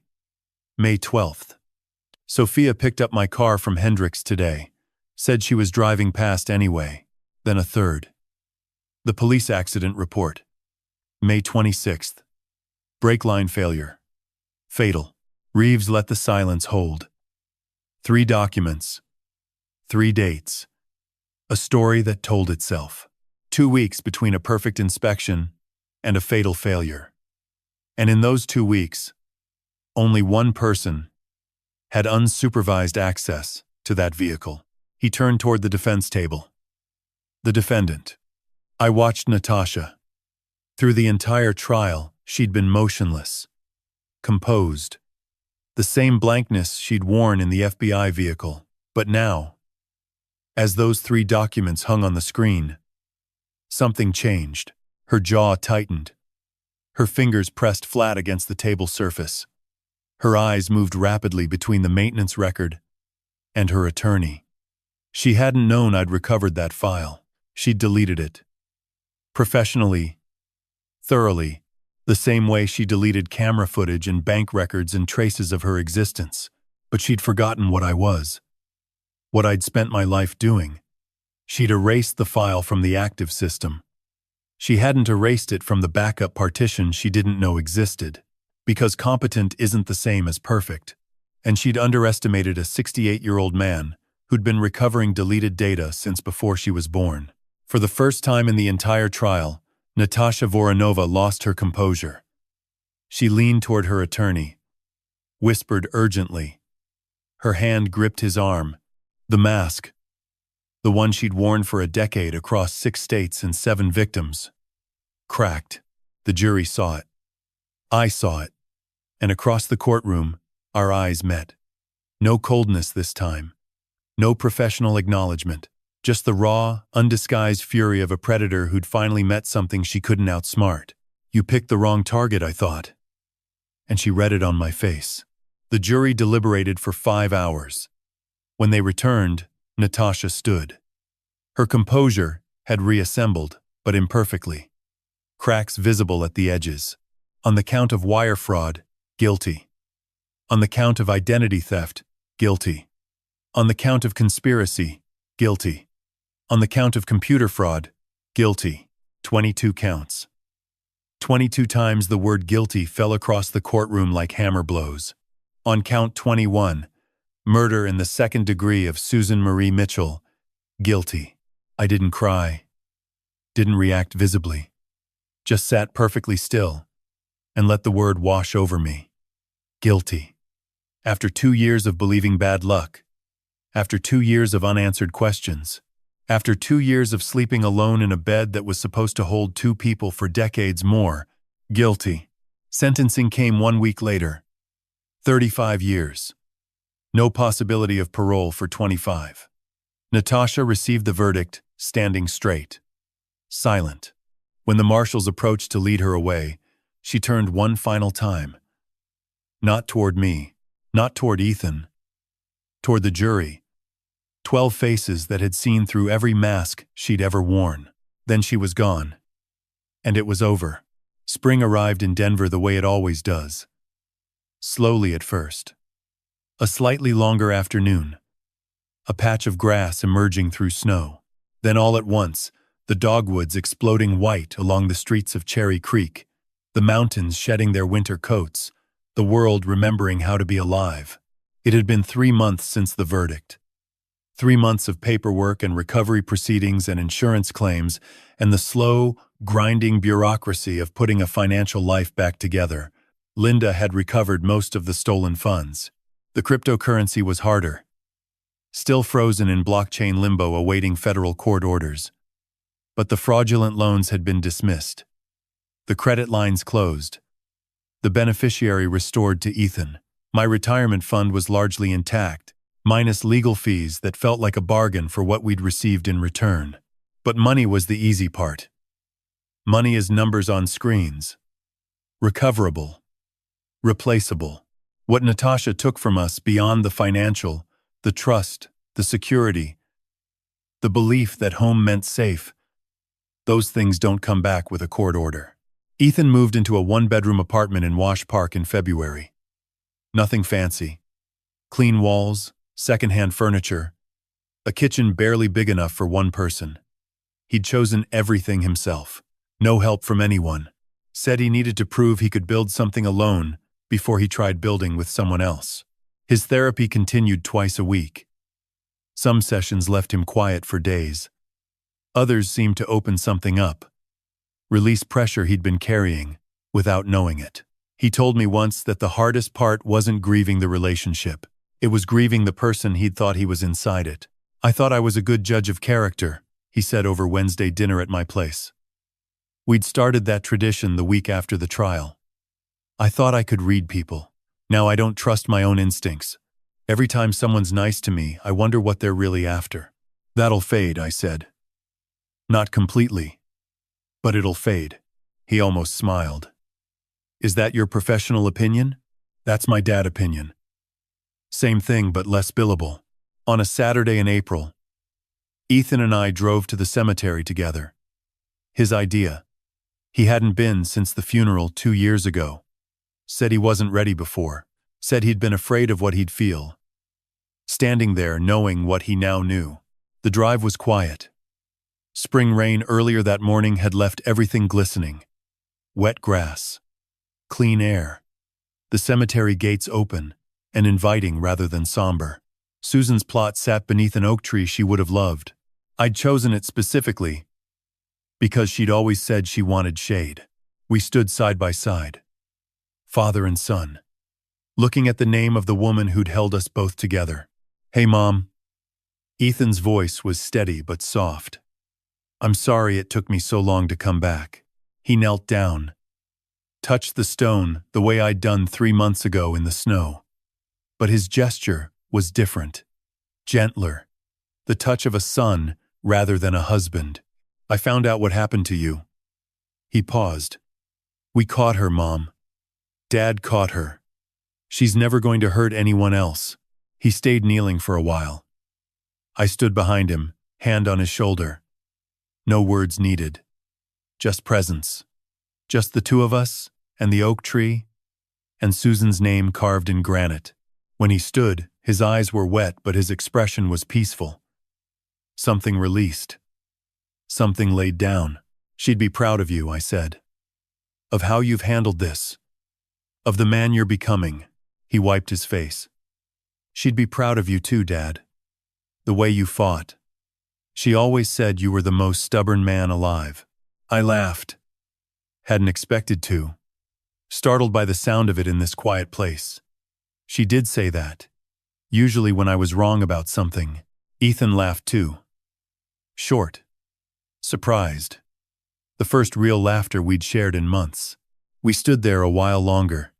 Two men learning how to be whole again. Then we walked back to the car, and I drove us to that diner Susan used to love off Colorado Boulevard. Ordered her usual, pancakes and coffee. Ate in comfortable silence. The following week, I gave my first talk. Ray Donovan had connected me with the director of the Cherry Creek Senior Center. She'd heard about the case through neighborhood gossip and the news coverage. Asked if I'd be willing to share my story. I stood in front of 32 people in a community room with fluorescent lights and folding chairs, ages 60 to 83. Some with walkers, some with hearing aids. All of them watching me with the attentive wariness of people who'd survived enough to know the world wasn't always kind. I told them about the alert at 3:07 a.m., about the rat, about the honeypot, about Susan. I didn't use jargon, didn't talk down, spoke to them the way I'd want someone to speak to me. As adults, as capable people who deserved information, not platitudes. When I finished, a woman in the second row raised her hand. Her name was Gloria. 74. Retired postal worker. My grandson's wife handles all my bills online, she said. Should I be worried? I told her what to look for. How to check. How to verify. How to protect herself. Without becoming paranoid. 3 more hands went up. Then 5. Then the whole room was asking questions. About passwords. About cameras. About power of attorney. About who to call if something felt wrong. An hour later, the director asked if I'd come back monthly. I said yes, before she'd finished asking. That night, I sat at the kitchen table and opened Susan's journal. Not the old entries this time, the blank pages after her last words. I picked up a pen and wrote, Dear Susan, I gave my first talk today. You would have hated public speaking and loved that I did it anyway. 32 people. All of them paying attention, all of them asking the right questions. I think I found something, sweetheart. Not a replacement for what we lost. Nothing replaces that. But a purpose. A reason to keep going that's bigger than just surviving. I paused. Looked at her words on the opposite page. Whatever comes next, I know we'll face it together. I'm still facing it with you, I wrote. Every day.